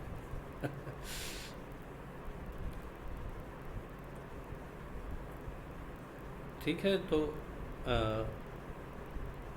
अच्छा, स्वेद श्राव के समय भक्त अर्चन न करें। स्वेद श्राव अर्थात पसीना, यदि शरीर में से बहुत पसीना हो रहा है, स्मेल आ रही है, कई लोगों के पसीने में स्मेल आती है और बहुत ज़्यादा पसीना हो गया है, तो ऐसे अवस्था में भगवान की अर्चना ना करें। परंतु पूरा स्नान करके फिर अंदर गए हैं और फिर अर्चना करते करते स्राव हो रहा है, पसीना हो रहा है, तो कुछ नहीं कर सकते ऐसी अवस्था में, तो वो फिर अर्चना संपूर्ण कर देनी चाहिए।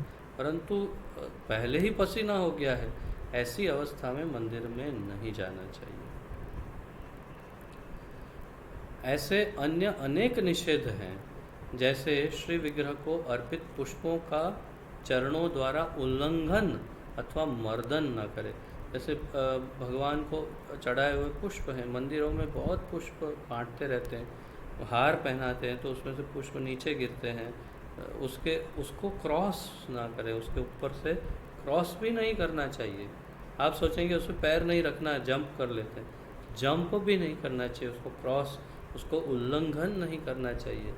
और पैर रखने का तो बिल्कुल मर्दन, अर्थात उन्हें उसके ऊपर पैर रख दिया, ये कभी नहीं हो।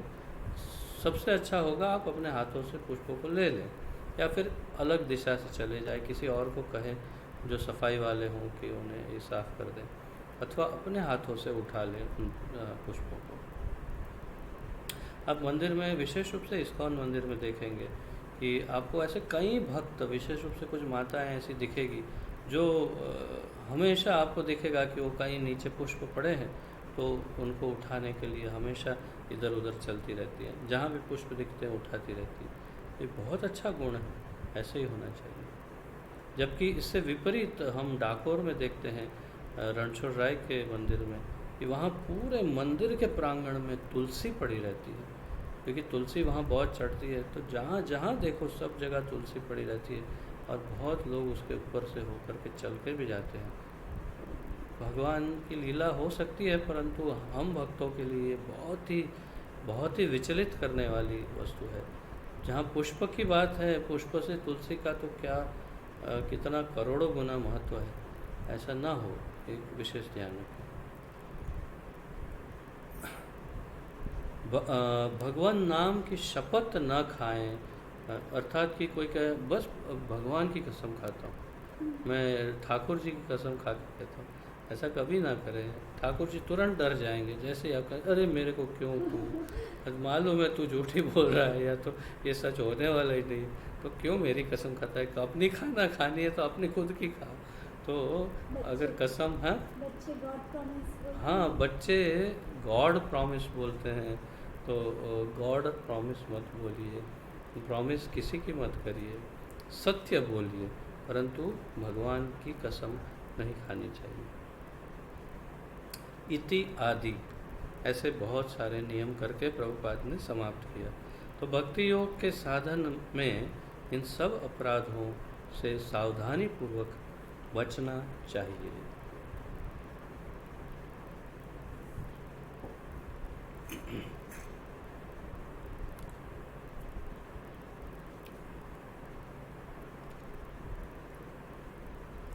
पद्म पुराण में कहा है कि जीवन भर पाप करने वाले की भी भगवान रक्षा करेंगे यदि वह केवल उनके शरणागत हो जाए। तो भगवान सबकी रक्षा करते हैं, जो पापी है उनकी भी रक्षा करेंगे यदि कोई उनके शरणागत है। न मे भक्तः प्रणश्यति।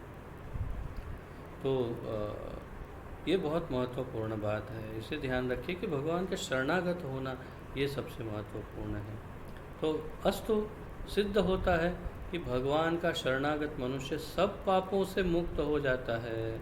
यदि कोई स्वयं भगवान का भी अपराध कर बैठे तो हरे कृष्ण कृष्ण कृष्ण हरे हरे, हरे राम राम राम हरे हरे इस महामंत्र का आश्रय लेने पर उसका भी उद्धार हो सकता है। तो यदि कोई स्वयं भगवान का भी अपराध कर बैठता है तो भी वो हरे कृष्ण महामंत्र का आश्रय लेकर उससे मुक्त हो सकता है। अर्थात हरे कृष्ण महामंत्र का जप सब पापों को नष्ट कर देता है, परंतु यदि कोई पवित्र भगवान नाम का अपराधी बन जाए तो फिर उद्धार नहीं हो सकता। तो अब हम नाम अपराध के बारे में चर्चा शुरू करेंगे, परंतु उससे पूर्व कुछ दूसरे अभिप्राय देखते हैं जो अन्य वरिष्ठ भक्तों के हैं। जैसे कि नारद पंचरात्र में ये कहा गया है कि हम जो अपराधों की बात कर रहे हैं तो अपराध महत्वपूर्ण है कि सेवा और भक्ति महत्वपूर्ण है, कौन सा अधिक महत्वपूर्ण है। कहीं ऐसा ना हो कि हम अपराधों को सोचते सोचते ये अपराध ना हो जाए, ये अपराध ना हो जाए, ये अपराध ना हो जाए, तो पागल हो ना जाए कहीं, अब या तो फिर प्रेशर ना आ जाए और भक्ति छोड़ दे। तो क्या ज़्यादा महत्वपूर्ण है उसकी हम थोड़ी सी चर्चा करते हैं। तो ये नारद पंचरात्र में कहा गया है, आराधितो यदि हरि तपसा ततः किम, नाराधितो यदि हरि तपसा ततः किम, अंतर्बहिर यदि हरि तपसा ततः किम, नांतर्बहिर यदि हरि तपसा ततः किम। तो आराधितो यदि हरि, यदि भगवान की आराधना कर रहा है कोई, अर्थात कि भक्त है, भक्त सेवा नहीं कहा, भक्त है, कोई भक्ति कर रहा है, हरि नाम संकीर्तन भगवत गीता आदि, तो तपस्या की क्या आवश्यकता है। ये प्रश्न पूछ रहे हैं नारद मुनि कि तो तपस्या की क्या आवश्यकता है, वो भक्ति तो कर ही रहा है। अच्छा, दूसरा नाराधितो हरि, मतलब न आराधितो यदि हरि तपसा ततः किम, यदि कोई भगवान का भक्त है ही नहीं तो तपस्या करके क्या करेगा। नास्तिक है, तपस्या करके मिलेगा क्या उसको फल, खाली खाली उपवास ये आदि करके क्या मिलेगा उसको, कोई फल नहीं मिलने वाला, तो उसे तपस्या करने की आवश्यकता नहीं। अंतर बहिर यदि हरि ही तपसा ततः किम, यदि हृदय में भगवान है, अगर उसके रोम रोम में भगवान है, उसके घर में, उसके सब जगह बस भगवान ही है, भक्ति ही है, तो उसको तपस्या करके क्या और प्राप्त करना है, ऐसे तो भगवान है ही सब जगह। और ना अंतर बहिर यदि हरि ही तपसा ततः किम, यदि भगवान हृदय में भी नहीं है, बाहर भी नहीं है, कहीं भी नहीं है, भक्ति ही नहीं है, भगवान ही नहीं है, तो तपस्या करके क्या करेगा। इसलिए तपस्या अर्थात ये नियमों की जो महत्व बताया है, तो इतना अधिक उसके पीछे टेंशन लेने की आवश्यकता नहीं है। ध्यान रखना है अवश्य, परंतु टेंशन ना हो जाए। आप पहले ही भक्त हैं, इसलिए आपके अपराध वैसे ही हरि क्षमा करेंगे ही, ठाकुर जी बड़े प्रेम से क्षमा कर देंगे, परंतु अपराध न करने का ध्यान रखना। और फिर सबसे बड़ा नियम क्या है? पद्म पुराण का ये श्लोक, चैतन्य चरितामृत मध्य लीला 22.113 का ये श्लोक, यही सबसे बड़ा नियम है। क्या? स्मर्तव्यः सततं विष्णोर् विस्मर्तव्यो न जातु चेत्। फिर सर्वे विधि निषेधास्योर एतयोर एव किं कराः। तो क्या है? स्मर्तव्य सततम विष्णु, सतत भगवान श्री कृष्ण श्री हरि नारायण का स्मरण करते रहो सतत। और निषेध क्या बताइए है? विधि। निषेध क्या है? विस्मर्तव्यो न जातु चेत, कभी भी भगवान को भूलो नहीं किसी भी अवस्था में। और फिर क्या बताया? सर्वे विधि निषेधास्यो, सभी प्रकार की जितनी विधियां हैं, नियम हैं, जो अभी हम पढ़ गए, वो सारे नीति नियम कानून जितने रूल हैं, वे सब निषेध, ये सब जो निषेध बताए हमने अभी तक 50, 60, 70 से अधिक, ये सारे निषेध को सर्वे विधि निषेधास्योर एतयोर एव किं कराः।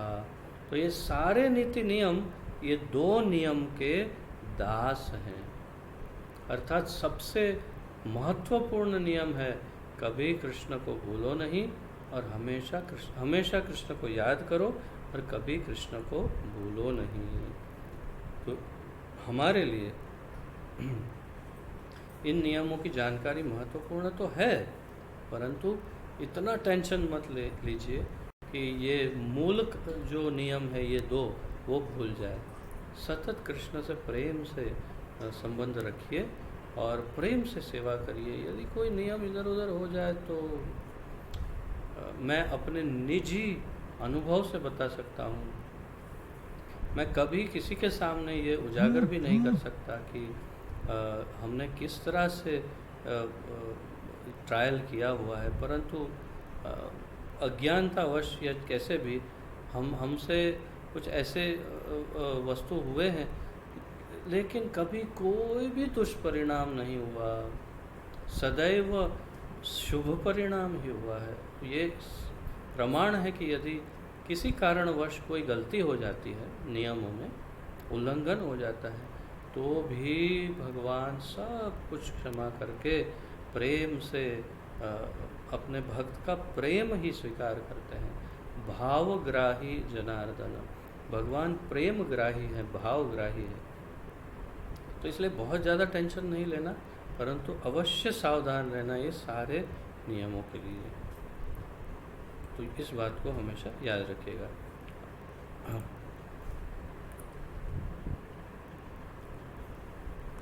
तो अब नाम अपराध की चर्चा है। वैसे तो आप लोग नाम अपराध के बारे में बहुत अच्छे से जानते हैं, परंतु फिर भी संक्षिप्त में यहाँ पर चर्चा कर लेते हैं, ताकि पूरी तरह से हम उन्हें सम्मान दे सके। जीव गोस्वामी की इस टीका, प्रभुपाद जी के इस पुस्तक को, ग्रंथ को। तो नाम अपराध, 10 नाम अपराध भगवान के नाम के जप में अथवा कीर्तन में होने वाले 10 नाम अपराध के बारे में पद्म पुराण में बताया गया है। और वही चैतन्य चरितामृत में फिर से रिपीट हुआ है। तो ये जो 10 नाम अपराध हैं, उनकी हम अभी चर्चा करेंगे, जो इस्कॉन में जिसको बहुत महत्व दिया जाता है। इन नाम अपराध में पहले संस्कृत में बताऊंगा और फिर हम इसका अनुवाद भी पढ़ते जाएंगे साथ में। सताम निंदा नाम्नः परमम अपराधम वितनुते, यतः ख्यातिम यातम कथम उ सहते तद विग्रहम विगरिहाम, क्षमा कीजिए, तद विगरिहाम। तो पहला नियम, भगवान नाम के प्रचार में जीवन को समर्पण करने वाले महाभागवतों की निंदा करना अथवा भक्तों की निंदा करना। तो भगवान के नाम का प्रचार करने के लिए, जैसे हमारे इस्कॉन में जितने भक्त हैं जो भगवान के नाम का प्रचार आदि कर रहे हैं, अर्थात इस प्रकार जो सत्संग प्रोग्राम आदि कर, तो इनमें से किसी भक्तों के भी, तो हम सब एक ही उसी कैटेगरी में आ जाते हैं वास्तव में, क्योंकि हम चाहे बाहर जॉब भी कर रहे हैं या जो भी कर रहे हैं, परंतु हम प्रचार भी कर रहे हैं, तो हम भगवान के नाम का प्रचार कर रहे हैं। तो भगवान के नाम के प्रचार में हमने अपना जीवन समर्पित किया है एक प्रकार से, उसके लिए सब छोड़ के मंदिर में बैठना आवश्यक नहीं है। तो जो भगवान का भक्त है और जो प्रचार करता है, उसकी निंदा करना, उसके बारे में कुछ उल्टा सीधा बोलना किसी को, या फिर उसे प्रताड़ित करना, डांटना, उनका अपमान करना आदि, ये सब जो है ये बहुत भयानक अपराध है। वास्तव में 9वें अध्याय में रूप गोस्वामी सबसे पहला पॉइंट तो इसी पे जो है निंदा, इस विषय पर ही काफ़ी लंबी चर्चा कर रहे हैं। तो निंदा ये बहुत महत्वपूर्ण पॉइंट है। निंदा वैसे तो किसी की भी नहीं करनी चाहिए, परंतु विशेष रूप से भक्तों की, और उसमें भी विशेष रूप से जिन्होंने अपना जीवन भगवान के नाम के प्रचार के लिए समर्पित किया है, उनकी निंदा कभी नहीं करनी चाहिए। तो ये पहले 2 श्लोक में यही पॉइंट समझाया संस्कृत में। फिर शिवस्य श्री विष्णोर्यः इह गुणनामादि सकलं धिया भिन्नं पश्येत् स खलु हरिनाम अहितकरः। नाम अहितकरः, नाम अहितकरः। तो शिवस्य श्री विष्णोर्यः इह गुण नाम आदि सकलम धिया भिन्नं पश्येत् स खलु हरि नाम अहितकर। अर्थात शिव, ब्रह्मा आदि देवताओं के नाम को भगवान के समान अथवा उससे स्वतंत्र समझना, ये समझना कि शिव जी या ब्रह्मा जी का नाम भगवान के नाम के समान शक्तिशाली है या उत्तम है, ये समझना, या उनको भगवान से स्वतंत्र समझना कि भगवान के बिना भी वो भी भगवान है,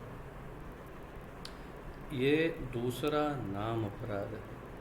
क्योंकि शिव जी, ब्रह्मा जी आदि सभी देवी देवता भगवान नारायण पे, ठाकुर जी पे, कृष्ण पर ही निर्भर हैं और उन पर निर्भर हैं, स्वतंत्र नहीं है, और उनका नाम उतना शक्तिशाली नहीं है, दिव्य नहीं है जितना, मैं कुछ और बोल के अपराध न करूँ इसलिए अधिक नहीं बोलना चाहता, परंतु वे, उनका नाम भगवान के नाम के समान नहीं है।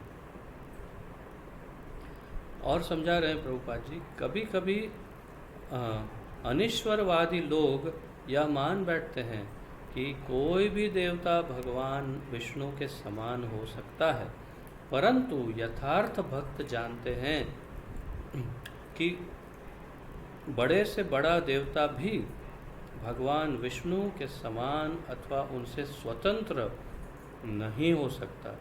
इसीलिए यदि कोई समझे कि दुर्गा दुर्गा अथवा काली काली कहना हरे कृष्ण के समान है, तो यह सबसे बड़ा अपराध होगा। कोई भी, किसी भी देवता या देवी का नाम लेना हरे कृष्ण महामंत्र या हरे कृष्ण बोलने के समान है, तो ये अपराध है। इसी से स्मरण होता है, मैं एक बार बहुत वर्षों पूर्व मायापुर जा रहा था ट्रेन से, तो सामने कोई बंगाली फैमिली बैठे थे कोलकाता के, तो उनकी एक विलक्षण आदत थी, हर वाक्य के अंत में वो दुर्गा बोलते थे।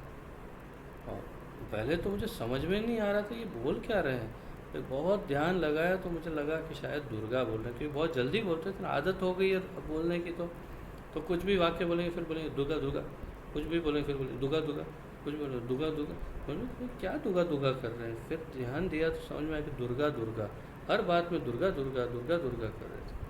भक्त हैं दुर्गा जी के, ठीक है, परंतु ये बोलना अथवा काली काली बोलना, तो क्योंकि प्रभुपाद जी भी बंगाल से हैं तो जानते होंगे ये सब आदतों को, तो ये हरे कृष्ण बोलने के समान नहीं है।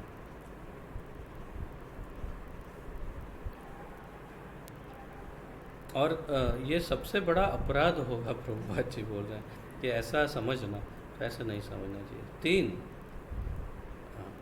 गुरोर अवज्ञा श्रुतिशास्त्र निंदनम तथार्थवादो हरिनाम निकल्पनम। गुरोर अवज्ञा श्रुतिशास्त्र निंदनम तथा अर्थवादो हरिनाम निकल्पनम, ये 4 अपराध। इसमें तीसरा अपराध कौन सा है? गुरोर अवज्ञा, गुरु ने दी हुई आज्ञा का पालन नहीं करना। हमारा दोष ये है कि हम अपने मन से गुरु के दिए हुई आज्ञा को कैसे भी तोड़ मरोड़ देते हैं और सोचते हैं नहीं ये आज्ञा तो चलेगी, वो वाली आज्ञा का ऐसा है, नहीं वो वाली ठीक है, नहीं ऐसा नहीं। अरे गुरु के मुख से, गुरु मुख पद्म वाक्य चित्ते ते करिया एक्य, गुरु के मुख से जो भी वाक्य निकला है उसे चित्ते ते करिया एक्य, उसे चित्त से लगा करके एकदम एक करके आप अपने जीवन और प्राण उसमें लगा करके उनकी आज्ञा का पालन करें। तो गुरु के वचनों की आज्ञा का पालन करना सबसे बड़ी बात है। और अगर नहीं करते हैं, उनकी अवज्ञा करते हैं, अर्थात उनके आज्ञा का पालन नहीं करते हैं, तो ये तीसरा नाम अपराध है। चौथा, गुरोर अवज्ञा श्रुति शास्त्र निंदनम, वैदिक शास्त्रों अथवा प्रमाणों का खंडन करना।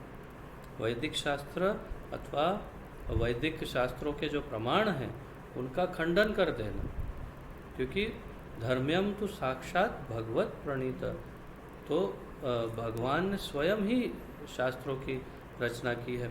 वेदेश्च सर्वैर अहम एव वेद्य वेदांत कृत वेद विदेव चाहम, वेदांत कृत, मैंने ही वेदों की रचना की है। तो शास्त्रों का खंडन करना कि नहीं नहीं वेदों को नहीं मानते, ये नाम अपराध है। इसीलिए हम बौद्धिक धर्म को स्वीकार नहीं करते, क्योंकि वो वेदों को नहीं मानते। इसलिए 5वां क्या है? तथार्थवादो तथा अर्थवादो, तो हरे कृष्ण महामंत्र के जप की महिमा को काल्पनिक समझना, नहीं क्षमा कीजिए, इसके बाद ये है भगवान में अर्थवाद का आरोप, भगवान नाम में, भगवान के नाम में अर्थवाद का आरोप लगाना। उसका क्या अर्थ है, कैसे समझेंगे इसको कि भगवान के नाम में अर्थवाद का आरोप? कि कोई बोलेगा कि हाँ हरे कृष्णा तो एक कल्पना है कि इससे क्या होगा, आप हरे कृष्णा हरे राम बोलते, उससे बदले हरे राम हरे कृष्णा बोलिए, या राम हरे राम कृष्णा बोलिए तो चल जाएगा। आप देखेंगे टीवी पर या कहीं, तो अपने मन से इसको तोड़ मरोड़ के भी बोलते हैं, या फिर सिर्फ हरे कृष्णा ही गाते रहिए, हरे राम बोलिए ही नहीं। ये सब अर्थवाद है और ये बहुत बड़ा दोष है, ये नाम अपराध है। जो महामंत्र है या भगवान का नाम है उसमें कोई भी अर्थ निकालना, अपने आप ज्ञान हुए बिना उसके अर्थ समझाने का प्रयास करना, ये अर्थवाद है। तो ये सब दोष है। तो बिना ज्ञान के उसके ऊपर कोई टिप्पणी नहीं करनी चाहिए भगवान नाम पर। और तथा अर्थवादो हरि नामनि कल्पनम, हरे कृष्ण महामंत्र की जप की महिमा को काल्पनिक समझना। कल्पनम अर्थात काल्पनिक।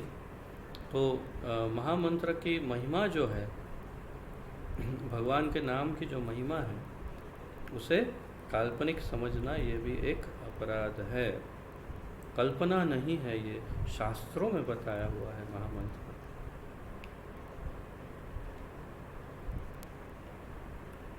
फिर 7 क्या है?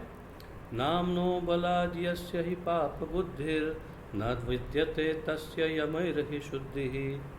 तो नामनो बलाद् यस्य हि पाप बुद्धिर, तो नाम के बल पर पाप करना, ऐसी बुद्धि हो कि नाम के बल पर पाप करते हैं। कैसे? तो भगवान नाम जप से संपूर्ण पाप नष्ट हो जाते हैं। इससे यह नहीं समझना चाहिए कि पहले पाप कर लूं और फिर बाद में नाम जप से पापों को नष्ट कर दूंगा। यह विचार बड़ा ही भयंकर अपराध है, अतः इससे बचें, प्रभुपाद जी कह रहे हैं। जैसे कि उदाहरण में प्रभुपाद जी जब लेक्चर देते हैं तो समझाते हैं कि जैसे ईसाई करते हैं। ईसाई क्या करते हैं? हर संडे चर्च मीटिंग में पादरी के पास जाते हैं और कन्फेशन बॉक्स होता है वहाँ पर। कन्फेशन बॉक्स के बाहर बैठ के फिर कहते हैं कि मैंने इतना मांसाहार किया, इतना व्यभिचार किया, जुआ खेला, ये किया, वो किया। पादरी बोलते हैं ऐसा नहीं करना चाहिए, ये है वो है, अब सावधान है। ठीक है। फिर पूरा सप्ताह भर वही किया, फिर वापस आए कन्फेशन बॉक्स में, कहा मैंने इतना ये किया, वो किया, ये किया। तो ये है ना ये है नाम के बल पर पाप करना। वैसे ही हो गया ये। तो ये कन्फेशन नहीं है। जो गलती से कभी हो जाए पाप, उसे कन्फेस करेंगे तो भगवान माफ़ करेंगे, जीसस माफ़ कर देंगे। परंतु यदि आप उसके बल पर पाप करते ही जाएंगे तो नहीं चलेगा। ऐसे ही हरे कृष्ण महामंत्र जप करने से समूल सारे पाप नष्ट अवश्य हो जाएंगे। भस्म तो यस्याद भस्म तो अब स्मरण नहीं हो रहा पूरा श्लोक। बहुत सुंदर श्लोक है ये, जिसमें बताया है कि इतने पाप करना संभव ही नहीं है इस कलयुग में, जितने पाप केवल एक बार गोविंद का नाम लेने से। गोविंद नाम दाने न दग्धो भस्मति यस्यता।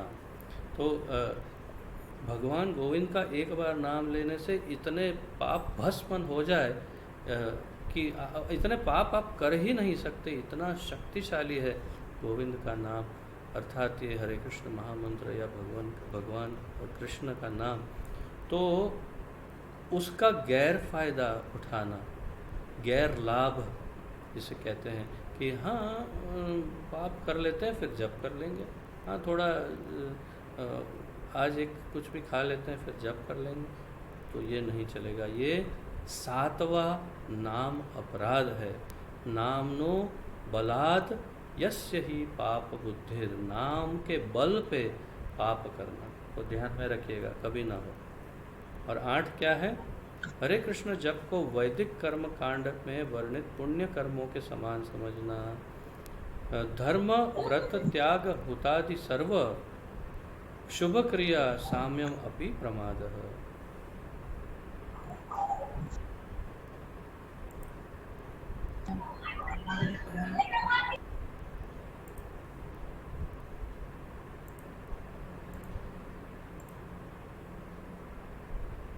हरे कृष्ण।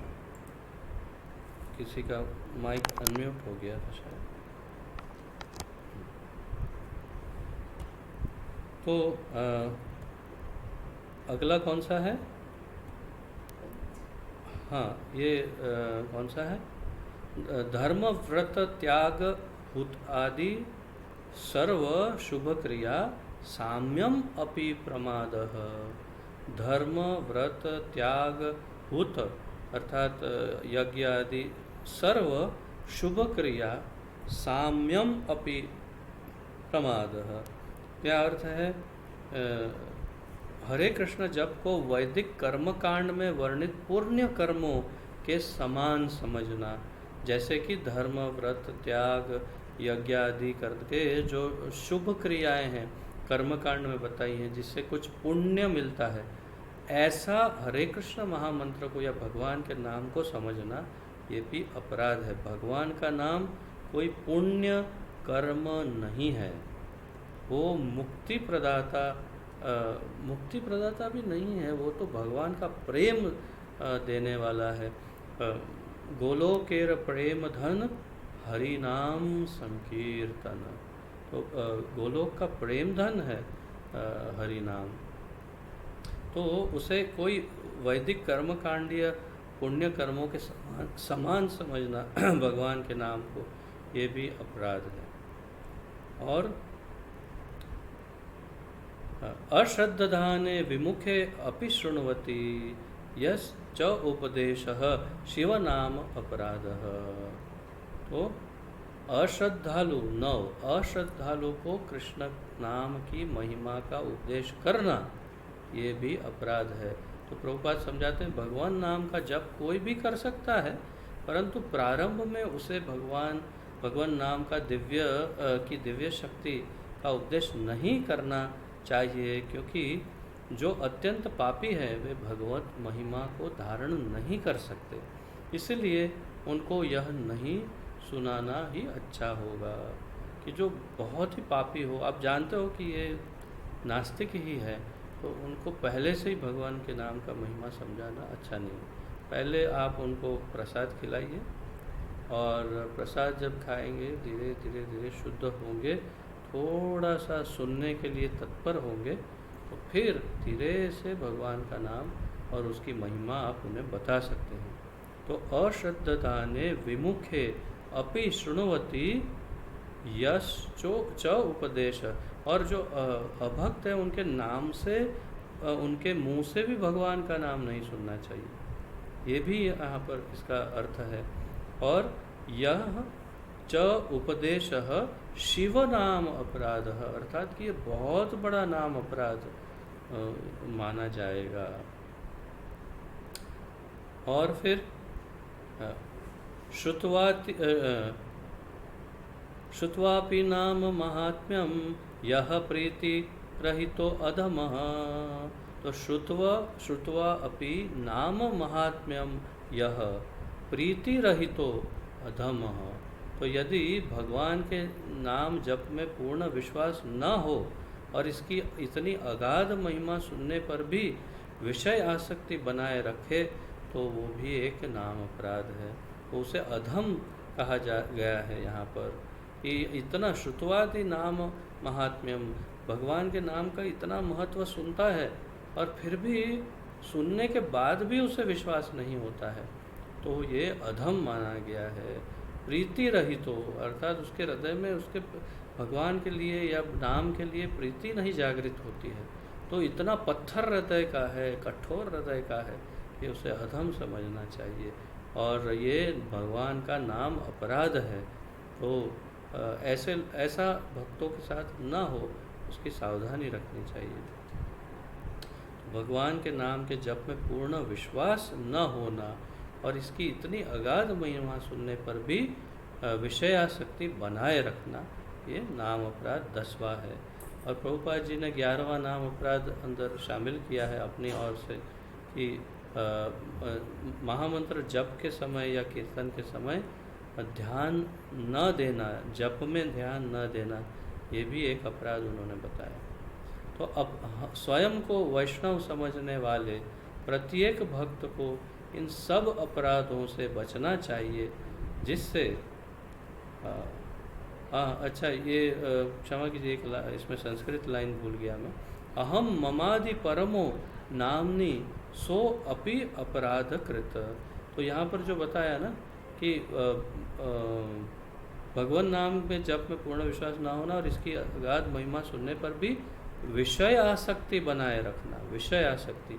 तो अहम मम आदि परमो, अर्थात कि मैं और मेरा ही परम है, तो इतना सुनने पर भी विषय आसक्ति बनी रहती है कि मैं और मेरा, तो ये नामनी सो अपि अपराध कृत, तो ये भी अपराध ही है भगवान का। तो स्वयं को वैष्णव समझने वाले प्रत्येक भक्त को इन सब अपराधों से बचना चाहिए, जिससे शीघ्र अभिष्ट सिद्धि प्राप्त हो, और वो है श्री कृष्ण प्रेम। तो अभिष्ट सिद्धि यदि प्राप्त करनी है, जो परम प्राप्य वस्तु है वो है श्री कृष्ण प्रेम, तो इसके लिए इन 10 नाम अपराधों से बचना चाहिए इति। तो यदि आप सबका किसी का कोई प्रश्न उत्कंठा या कोई इसमें कुछ सुधार है, कुछ सुझाव है, तो आप प्रस्तुत कर सकते हैं।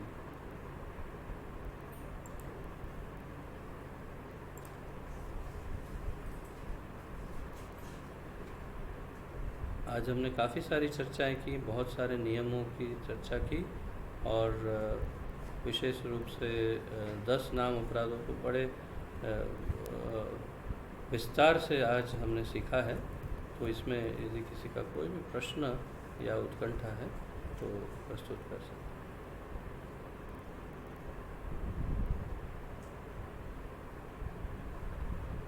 तो मैं ये समझूं कि सबको सब कुछ समझ में आ गया, और सबको सब कुछ स्वीकार्य भी है, सब कुछ पालन करेंगे भी आप सब, यही मैं समझ करके समझ रहा हूँ, और सब कुछ समझ में स्पष्ट रूप से सब समझ में आ गया है, कोई भी दुविधा नहीं है जो भी चर्चाएं हुई है आज उसमें।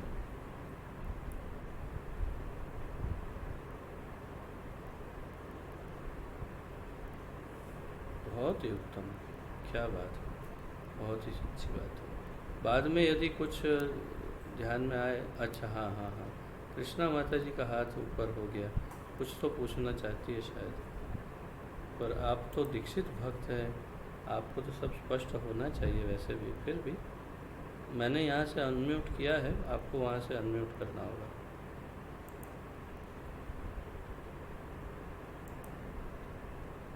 यहाँ से हो नहीं रहा है आपका माइक अनम्यूट। हाँ, हरे कृष्ण। हरे कृष्ण, हाँ, बोलिए। हाँ, तो आरती मंगल आरती से पहले भोग लगाने का क्या बाद में भोग लगाए तो चलेगा? ये सब बहुत छोटी छोटी बातें हैं, घर के लिए नियम जो हैं बिल्कुल कठोर नियम नहीं हैं, और मंदिर में जैसे नियम है वैसे घर में कभी पालन हो ही नहीं सकते। कर सकते हैं तो आप बहुत ही वंदनीय और पूजनीय हैं, परंतु नहीं हो सकते तो इसमें कोई अपराध नहीं लगता है। ये मैंने सन्यासियों, वरिष्ठ प्रभुपाद शिष्यों की चर्चा से ये समझा, और वो भी इसी विषय पर जो चर्चा कर रहे थे उससे मैंने सीखा कि वास्तव में इन चीज़ों का कोई अपराध नहीं माना जाता है, क्योंकि घर है, गृहस्थी है, तो कभी भोग पहले लग गया, कभी भोग बाद में लग गया, तो उससे कोई बहुत बड़ा अपराध नहीं है। और भोग न लगाना अपराध है अवश्य, तो भोग लगाना है, आप मन आरती के पहले लगाओ, बाद में लगाओ, कोई परेशानी नहीं है। मंदिर में पहले लग जाता है मंगला भोग, परंतु अब हमारे घर में नहीं लगे तो कोई परेशानी नहीं है। आप मन से ठाकुर जी को बोल सकते हैं कि भोग आपको थोड़ा लेट मिलेगा, क्षमा करिए, तो क्षमा कर देंगे, कोई परेशानी नहीं, कोई इतना विकट समस्या नहीं है। और किसी को कुछ?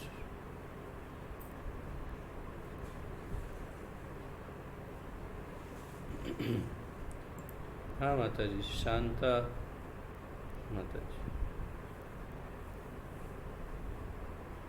हाँ बोलिए। हाँ, जोर से बोलिए। जैसे कि तबीयत खराब रहते हैं कि बुखार में ज़्यादा रहते हैं तो नहा नहीं पाते हैं, तो उस टाइम घर में कोई नहीं होंगे तो भोग कैसे अर्पण कर सकते हैं सूर्य? ओ, ये बहुत महत्वपूर्ण प्रश्न पूछा है आपने। सच में इसकी चर्चा करना बड़ा आवश्यक है। कई बार ऐसी परिस्थिति हो सकती है कि जब हम इतने बीमार हों कि स्नान भी नहीं कर सकते हैं, और फिर भोग लगाने आदि तो प्रश्न ही नहीं है, उठ ही नहीं सकते, और अकेले कोई और नहीं हो, तो इसका अर्थ ये है कि हम खा भी नहीं सकते।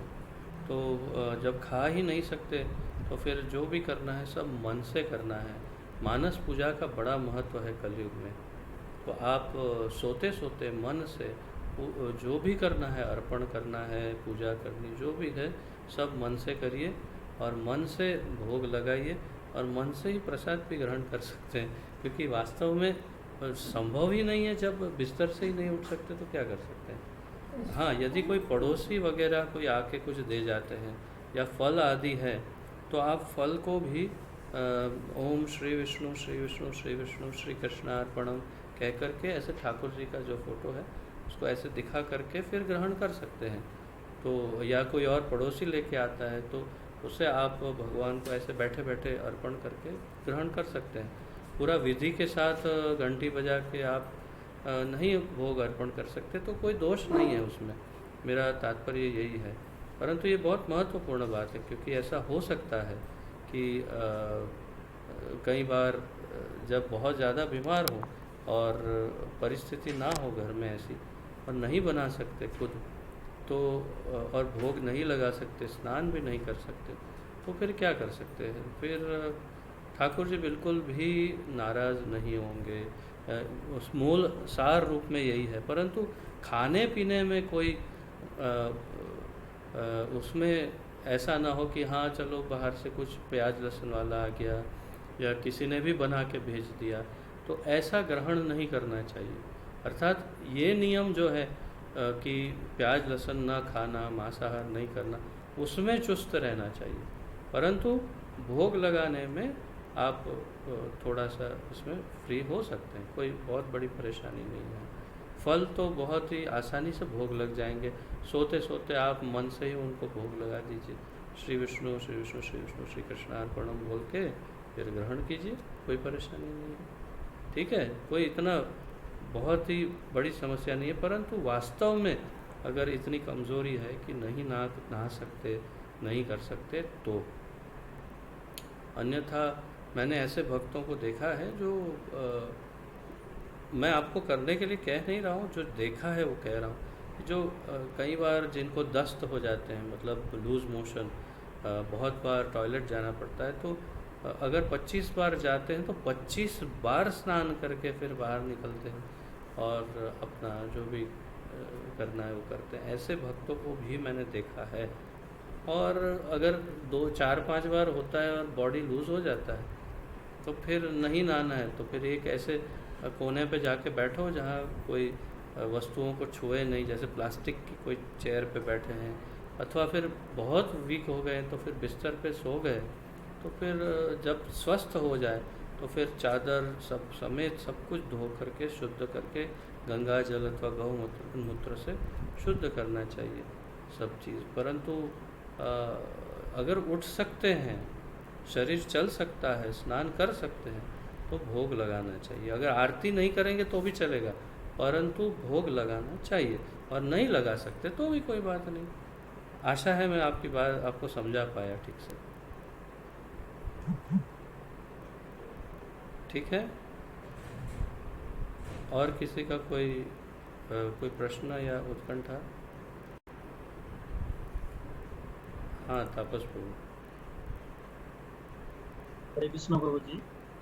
प्रभु जी, मेरे को ये जानने का प्रयास है कि नाम अपराध में जो नवविधा अपराध बताया गया है, तो उसमें मतलब जो भक्त नहीं है बिल्कुल, लेकिन सत्संग प्रोग्राम में वो आते हैं और प्रसाद लेते हैं, 3-4 बार ऐसा लिया, और अपना प्रयास करने की वजह से भी उन्होंने मतलब ऐसे प्रयास मतलब सत्संग है प्रसाद लिया लेकिन उसमें माला नहीं करता है, तो उसी व्यक्ति को ऐसा मतलब भगवान के बारे में कुछ बोलना मतलब वो अपराध लगता है, क्या बोलना नहीं चाहिए?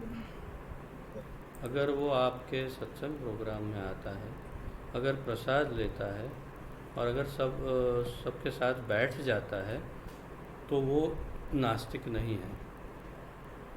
क्योंकि अगर द्वेषी, नास्तिक, अपराधी होता तो वो आपके सत्संग प्रोग्राम में भी नहीं आता और प्रसाद को छूता भी नहीं। ये सुनते ही कि ये प्रसाद है वो वहाँ से उठ के चला जाता। ऐसे द्वेषी लोगों को आप भगवान के नाम का महत्व मत समझाइए। परंतु जो आ चुका है आपके घर के अंदर, उसे अवश्य समझाना चाहिए, क्योंकि उसका सूचक है कि वो पूरा नास्तिक नहीं है, अन्यथा वो आपके घर में आके प्रसाद ही नहीं है। ठीक है, और कोई किसी का कोई प्रश्न आदि?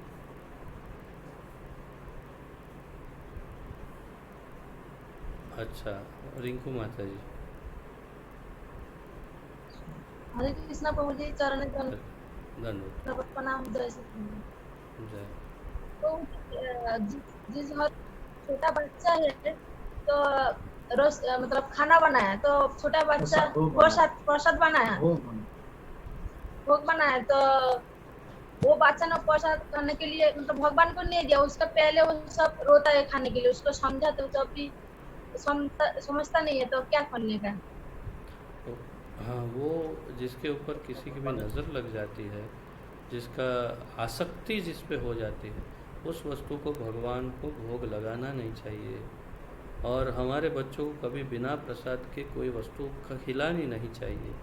तो तात्पर्य ये हुआ कि उसको किचन से बाहर ही रखना चाहिए बच्चे को, ताकि उसकी नज़र न पड़े और उसको वो अपनी नज़र से इच्छा से दूषित न कर दे भोग को, क्योंकि ठाकुर जी का भोग अधिक महत्वपूर्ण है और ठाकुर जी अधिक महत्वपूर्ण है।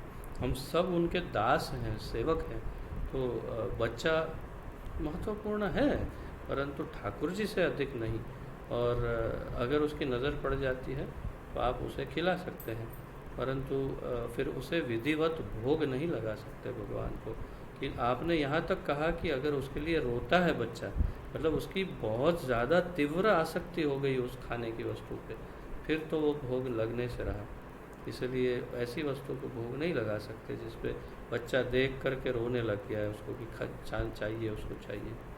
तो ये आपकी जिम्मेदारी, आपका उत्तरदायित्व है। ये आपको ध्यान रखना है कि ऐसी वस्तुओं को बच्चों के सामने, कुत्तों के सामने, किसी अन्य लोगों के सामने, किसी के भी सामने लाना ही नहीं है।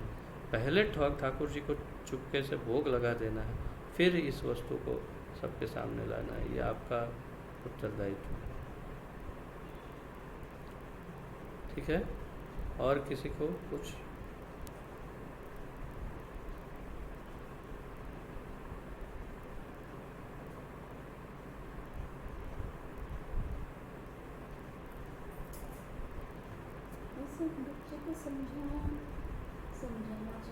बच्चों को समझाना चाहिए, अवश्य बच्चों को समझाना चाहिए। अगर वो समझने की उम्र में है तो, समझने की उम्र से छोटा बच्चा है तो क्या कर सकते हैं, तो उसे स्वाभाविक रूप से किसी तरह दूर रखना चाहिए, या फिर इस तरह से करना चाहिए कि उसे ध्यान समझ में ही नहीं आए कि मेरी माँ क्या बना रही है या क्या कर रही है।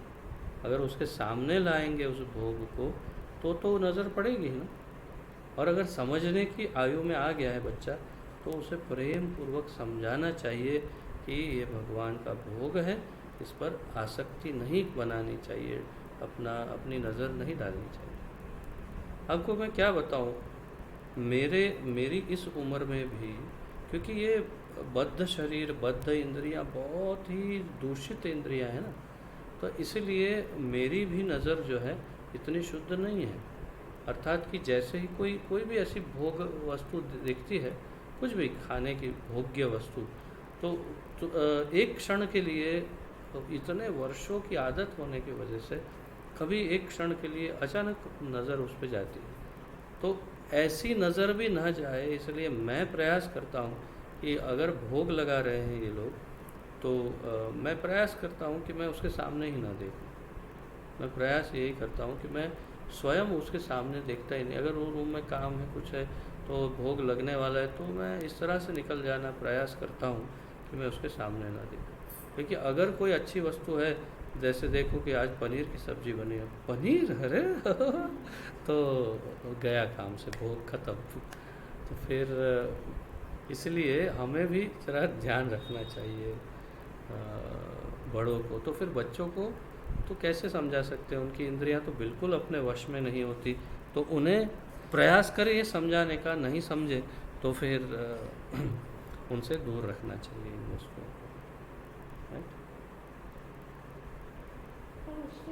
मुश्किल होने दो, परंतु भगवान महत्वपूर्ण है ना। तो भोग कैसे लगाएं जिस पे वो रोया है उसके आसक्ति के करके। जैसे बहुत ही बढ़िया रसगुल्ले बन रहे घर में, देखा बच्चे ने और रोने लगा, मुझे चाहिए चाहिए चाहिए। भगवान कैसे भोग लगाएंगे फिर,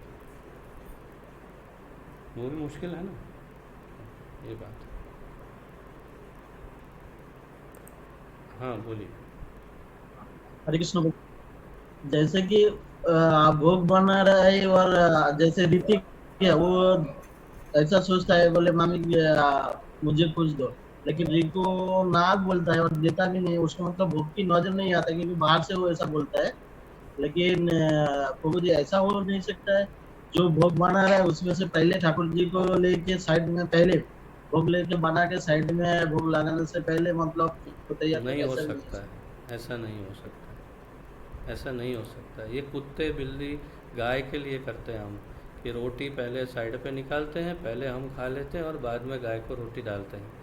तो ये भी शास्त्रों में लिखा है बहुत ही स्पष्ट रूप से कि गाय की रोटी निकाल लेना उचित नहीं है, पहले गाय को खिलाना है, उसके बाद स्वयं भगवान को, जब भोग वोग सब लग गया हो, गाय ने खा लिया हो, ब्राह्मण ने खा लिया हो, सब तृप्त हो गए, उसके बाद स्वयं को खाना होता है। हमारे अब तो ये प्रथा है, गाय के लिए रोटी बनाई मोटी वाली और सबसे नीचे डाल दी, खाना पीना खाया, बाद में जाके गाय को रोटी डाल दी, कुत्ते को रोटी डाली। तो भगवान गाय कुत्ते तो थे नहीं कि उनके लिए पहले बना के साइड पे रख दिया और बच्चे को खिला दिया। ये संभव नहीं है और ये बहुत बड़ा अपराध है, भगवान का बहुत बड़ा अपमान है ये, बहुत ही बड़ा अपमान है कि हम भगवान को गाय कुत्ते के समान समझते हैं। ऐसा तो वास्तव में प्रश्न भी नहीं आना चाहिए मन में, ये भी अपराध है। ऐसे कैसे सोच सकते हैं हम कि हम भगवान के लिए बना के साइड पर रख दें, पहले बच्चे को खिलाएं, बाद में। तो बच्चे इतने महत्वपूर्ण नहीं है ना, हम में से कोई भी, बच्चा क्या होता है, हम कोई भी इतने महत्वपूर्ण नहीं है जितने ठाकुर जी हैं। ठाकुर जी ही प्रथम है, घर ही ठाकुर जी का है, हम ठाकुर जी के घर में रहते हैं, हम उनके दास हैं।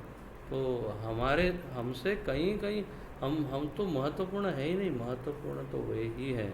और इसीलिए हमें तपस्या करनी होती है, उपवास करने होते हैं। हम उपवास क्यों करते हैं? ताकि हम अपनी इंद्रियों को कंट्रोल करके दमन करने का प्रयास कर सकें, प्रैक्टिस कर सकें। और यही बच्चों को धीरे धीरे सिखाना होता है। उनको ऐसी वस्तु देनी है कि जो पहले भोग लग चुकी है, वो ऐसी वस्तु के बारे में उनको जानकारी नहीं देना चाहिए कि जो बन रही है। उनको ऐसी वस्तु दीजिए जो पहले भोग लगा के तैयार रखा है, वो प्रसाद है, वो उन्हें दे दीजिए कि ये लो बेटा, ये लड्डू खाओ, ये खाओ, वो खाओ। वो आराम से खाएगा, तब तक भोग बन के भगवान को भोग लग जाएगा। यही उचित प्रथा है। बच्चे जिद करते हैं, लेकिन बच्चे जिद कब करेंगे? जब जानकारी प्राप्त करेंगे तो।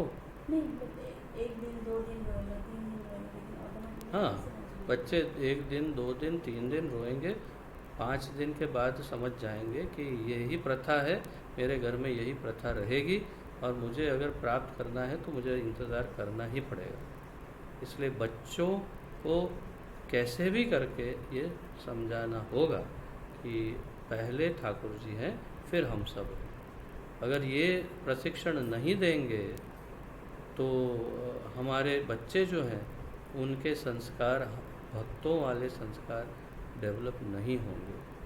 तो बच्चों को अगर संस्कार देने हैं भक्ति के, तो अभी से थोड़ा सा कठोर हो करके समझाना पड़ेगा, नहीं तो उनका भविष्य उज्जवल नहीं है। वो भक्ति में नहीं होंगे तो उनके भविष्य की कोई गारंटी नहीं रहेगी।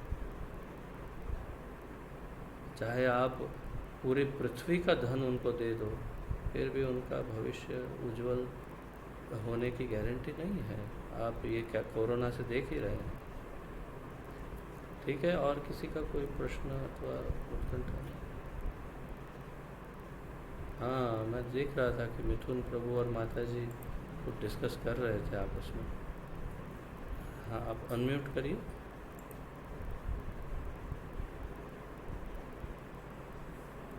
हरे हाँ, कृष्ण कुछ। गुरुजी, हरे कृष्ण, दंडवत, जय। हमारा जो मंदिर रखा है तो हॉल रूम में ही रखा है, तो बच्चा सुबह में उठ के उधर खेलता है और मतलब नहा के बिना उस छू देता है भगवान को, मंदिर को, तो फिर उसमें कुछ अपराध नहीं लगता है? लगेगा ना, क्यों नहीं। यदि वो अशुद्ध अवस्था में भगवान को छू लेगा तो अवश्य अपराध लगेगा। अर्थात ये उचित नहीं है। तो मंदिर को हाइट पे रखना चाहिए जहाँ बच्चे हाथ ना लगा सके अब अशुद्ध अवस्था में। तो ये ध्यान रखना चाहिए। बहुत छोटे छोटे बच्चे हैं और अगर लग गया हाथ, वो सब क्षमा हो सकता है। इवन यहाँ तक कि ये भी भगवान क्षमा कर सकते हैं, परंतु हमें संस्कृति को ढालना है, पूरी एक संस्कृति बनाना है। तो संस्कृति को बनाने के लिए, एक संस्कार को बनाने के लिए धीरे धीरे प्रशिक्षण देना होगा। और अगर छोटा बच्चा छू लेता है तो उसे थोड़ा हाइट पे रख लीजिए भगवान को, ताकि वो छू ना सके। नीचे टेबल है, उसको छू लेगा तो कोई बात नहीं। ठाकुर जी को छूना नहीं चाहिए अशुद्ध अवस्था में। मंदिर के अंदर किसी वस्तु को छूना नहीं चाहिए। स्नान कर लिया फिर छुए आराम से, कोई बात नहीं, कोई परेशानी नहीं। फिर ऐसा कुछ लोग ऐसा भी कह सकते हैं भगवान को कैसे छू सकते हैं? नहीं, छोटा बच्चा है तो भगवान के साथ वो उनका भी एक संबंध है, उसे अवश्य छू सकते हैं, परंतु स्नान आदि करके। परंतु अशुद्ध अवस्था में हो और भगवान को छू ले, गलती से छू ले तो अलग बात है, परंतु रेगुलरली छूते ही रहते हैं तो ये बिल्कुल अनुचित है। उसके लिए धीरे धीरे ऐसी जगह उन्हें रखना चाहिए, ठाकुर जी का मंदिर थोड़ा ऊपर हो, यहाँ बच्चे छू ना सकें, ये ध्यान रखना चाहिए। ठीक है? बात तो सब बच्चे वाली हाँ, अच्छी बात है, क्लियर होना चाहिए। बहुत अच्छे प्रश्न पूछ रहे हैं, बहुत ही महत्वपूर्ण है ये सारी बातें। और किसी को कुछ पूछना है या कुछ चर्चा करनी है? हाँ माता जी बोलिए।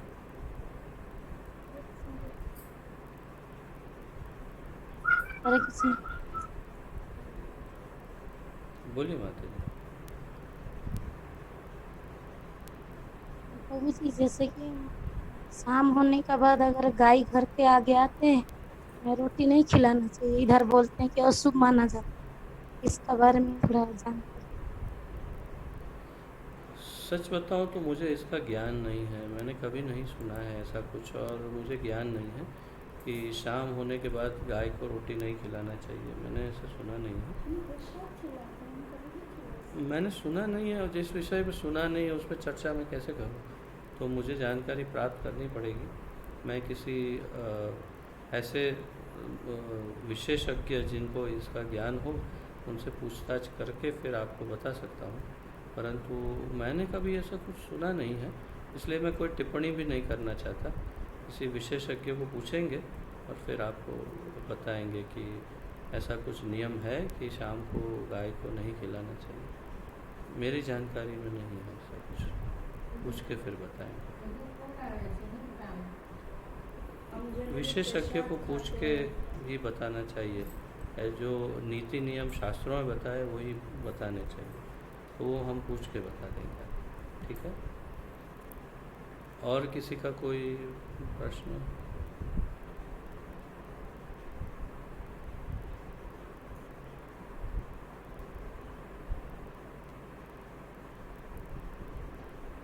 ठीक है, तो आप सबका बहुत बहुत धन्यवाद। बहुत ही आनंद आ रहा है इस अमृतमय रसमय यात्रा में।